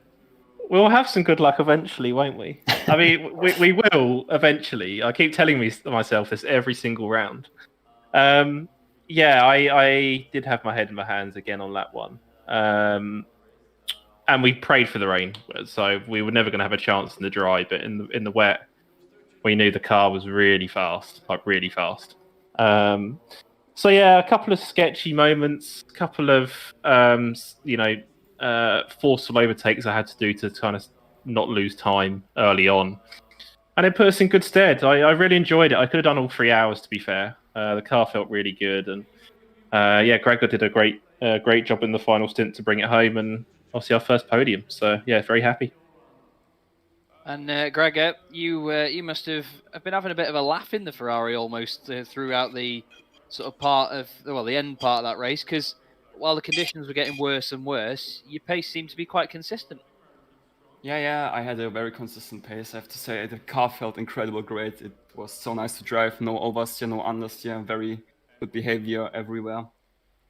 Of course, after I had to take like 2 or 3 laps to get adjusted, to get comfy on the track. But then I could match the pace of the Lexus or even be faster on some laps. But then I had a little bit issues in the traffic. Of course, we didn't want to risk the place, so we lost a lot of time. And then, like halfway through my stint, we decided just to bring it home because P3 or P2 in the class is a good result, and we want to build up on that. Yeah, that's it. You know, it's sort of weighing up the risks, isn't it, towards the end of that race? And I'm sure at your point as well in the earlier stints, James, it's the fact that you could really push and try and force an issue with an overtake, but sometimes in these races, because of how quickly an incident can occur with lap traffic around you and changing conditions, you need to just play it safe, don't you, and just wait for a bit more of an obvious opportunity to come to you. Absolutely, yeah. So, especially as you're fighting through the mid pack, which can also be quite, everyone's fighting for their lives in there. Sometimes it's better to hang back and let 2 or 3 cars skittle off on their own or have incidents, and you can pick up the pieces without sacrificing or risking damage yourself. So I tried to be as measured as possible, but still be aggressive, because any time we gained in that initial hour, we'd then benefit from in the second hour when we have cleaner air. So overall, Gregor did a great job just engineering me in the first hour, just letting me know the laps and the gaps to the guys ahead, and also giving me information about the leaders in terms of their lap times, just to see how much time we were losing in the traffic. And then I just wanted to give him the best possible car in the last hour to hopefully attack if we were close enough to P1. But if not, just bring it home and hope and get that result that we kind of deserved. We've had some very bad luck the last few rounds, and every time you feel like a good result is needed. We played it very well today. I'm very happy with how we worked as a team, and I think that showed with the podium that we achieved. Yeah, definitely, and it's good to see you guys finally make the another recovery drive work. Just coming back to you then, Gregor. Yeah. In terms of the championship now, with 1 round to go, do you think that you can finally get that win and evade some bad luck? How are you guys feeling ahead of that final round? I mean, we know that the Ferrari is, the BOP is better on Paul Ricard than here. So we definitely, I think, could have a shot on the win. But yeah, we'll try our best as always. Never give up. I mean, the race again today showed you that it doesn't matter what happens in lap 1. You just have to be focused and try your best, and then you can see you can also end up on the podium after 3 hours. So I think this is a good example for everybody who maybe has a bad start in the race or so. You just don't be frustrated, because you just have to believe in yourself and do your laps, and then you can also be rewarded at the end of the race. Yeah, definitely. And just before we let you go, we'll start with you, Greg. Do you want to give a shout out to anybody, mate? Well, I'm fine. I'm just happy. I hope that every viewer enjoyed the race. I think it was very cool to watch the cars driving in the rain, and looking forward for the next event. Smashing. And anyone you'd like to thank as well, James? Oh, I mean, you guys have been smashing out the park with your organisation, and and commentary and stuff. So yeah, you guys deserve a shout out really at the end of the day. Thank you. You've been doing a mega job. So and I hope we provided enough entertainment for you guys to keep you entertained throughout those 3 hours. Yeah, oh yeah, you certainly did. My internet didn't seem to be too entertained, but it's very fun for you. I've already had my rant on that, so we're not going to go into that too much. But thank you very much, though, for coming in and having a chat with us, guys. Well done on your results, and we'll leave James to go and enjoy his food. Speak to you soon, guys. Thank you. No worries. Take care, Chaz. See you later. Bye-bye. Greg Ashill and James Parker there. Fantastic laugh. Good to speak to. And, well, one driver that I certainly want to have a chat with. We have one of the Moto Domec drivers here. Dominic joins us in the box. Dominic, that was interesting for the Bentley to be up there. Did you expect that sort of result from that race? Thank you. Hello, everybody. I think I did a really good job, but I didn't expect that pace what I have, because we had with my teammate Uri. He's in waiting to interview, by the way. Oh, he is. Yes. Sorry, I didn't see Uri at first. There. Sorry, Uri. I've just been reminded there. But sorry, carry on, Dominic. We made some training for this race, but we were really, I don't know how to say,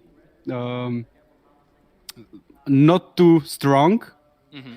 But we are expecting some more rain. Like this is what I love. Medium rain is my strong page, I think.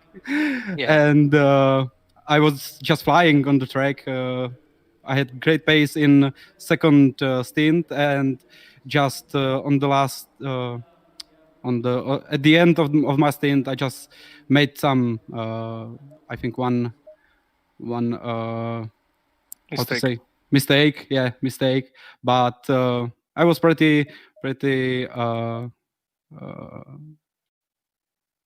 yeah, overall we were focusing on the championship fight, not for the win, because we didn't have the pace to hold the Lexus behind us. So yeah, that was our plan, and we actually made overall 5th position, and I think that's really great. And Dominic put up very good pace. He was insanely fast. I didn't expect us to be that fast as we were. Yes, we were actually training for the wet and more damp condition, and the wet suit us much better than the dry. So, yeah. Sorry, guys. It's me, Mike. I'm just jumping in. Chaz has unfortunately lost his internet connection again, so I'm now emergency jumping in for the stream. And now emergency jumping in for the interview. It's yeah. It's no problem. It's a good thing I'm here on standby, isn't it? Yeah, it was quite an impressive race from you guys. I was impressed by you and the Lexus, the 253 in front. Like, you guys did a really stellar job. You still hold on to the championship lead going into Paul Ricard, and we're very happy. You confident you can win your class? I don't want to say anything and jump the conclusion, because it's going to be tough. The track is notorious for their track limits, so we will see. Come on, Uri. I love Paul Ricard. Come on, be humble, mate. Of the cars like the Porsches at the end of the Mistral Straight. So. Yeah, it's something we were hoping it would make a play in these wet conditions, and it made. So maybe the Paul Ricard will not suit them again. So we shall see. Well, it was a fantastic drive from you guys. But before you go, do you want to give a shout out to anybody? Yeah, sure. I want to give a shout out to everyone who was watching this awesome race, and to everyone who supports us by watching and liking the stream. These guys are doing stellar job. So thank you thank you both, guys. So yeah, thank you so much, guys. No, Thank you to everyone. A great drive. Well, thank you very much, guys, and we'll see you for the final round in October. Thank you. Thank you. Thank you. So it was Uri and Dominic there. Fantastic drive from them today in the 207 Bentley. Well, not a position I expected to find myself in. Right now, being chucked in with an emergency stream with just a few minutes to go, and then chucked in mid-interview to finish off. But a fantastic race today with the 3 hours of Nurburgring.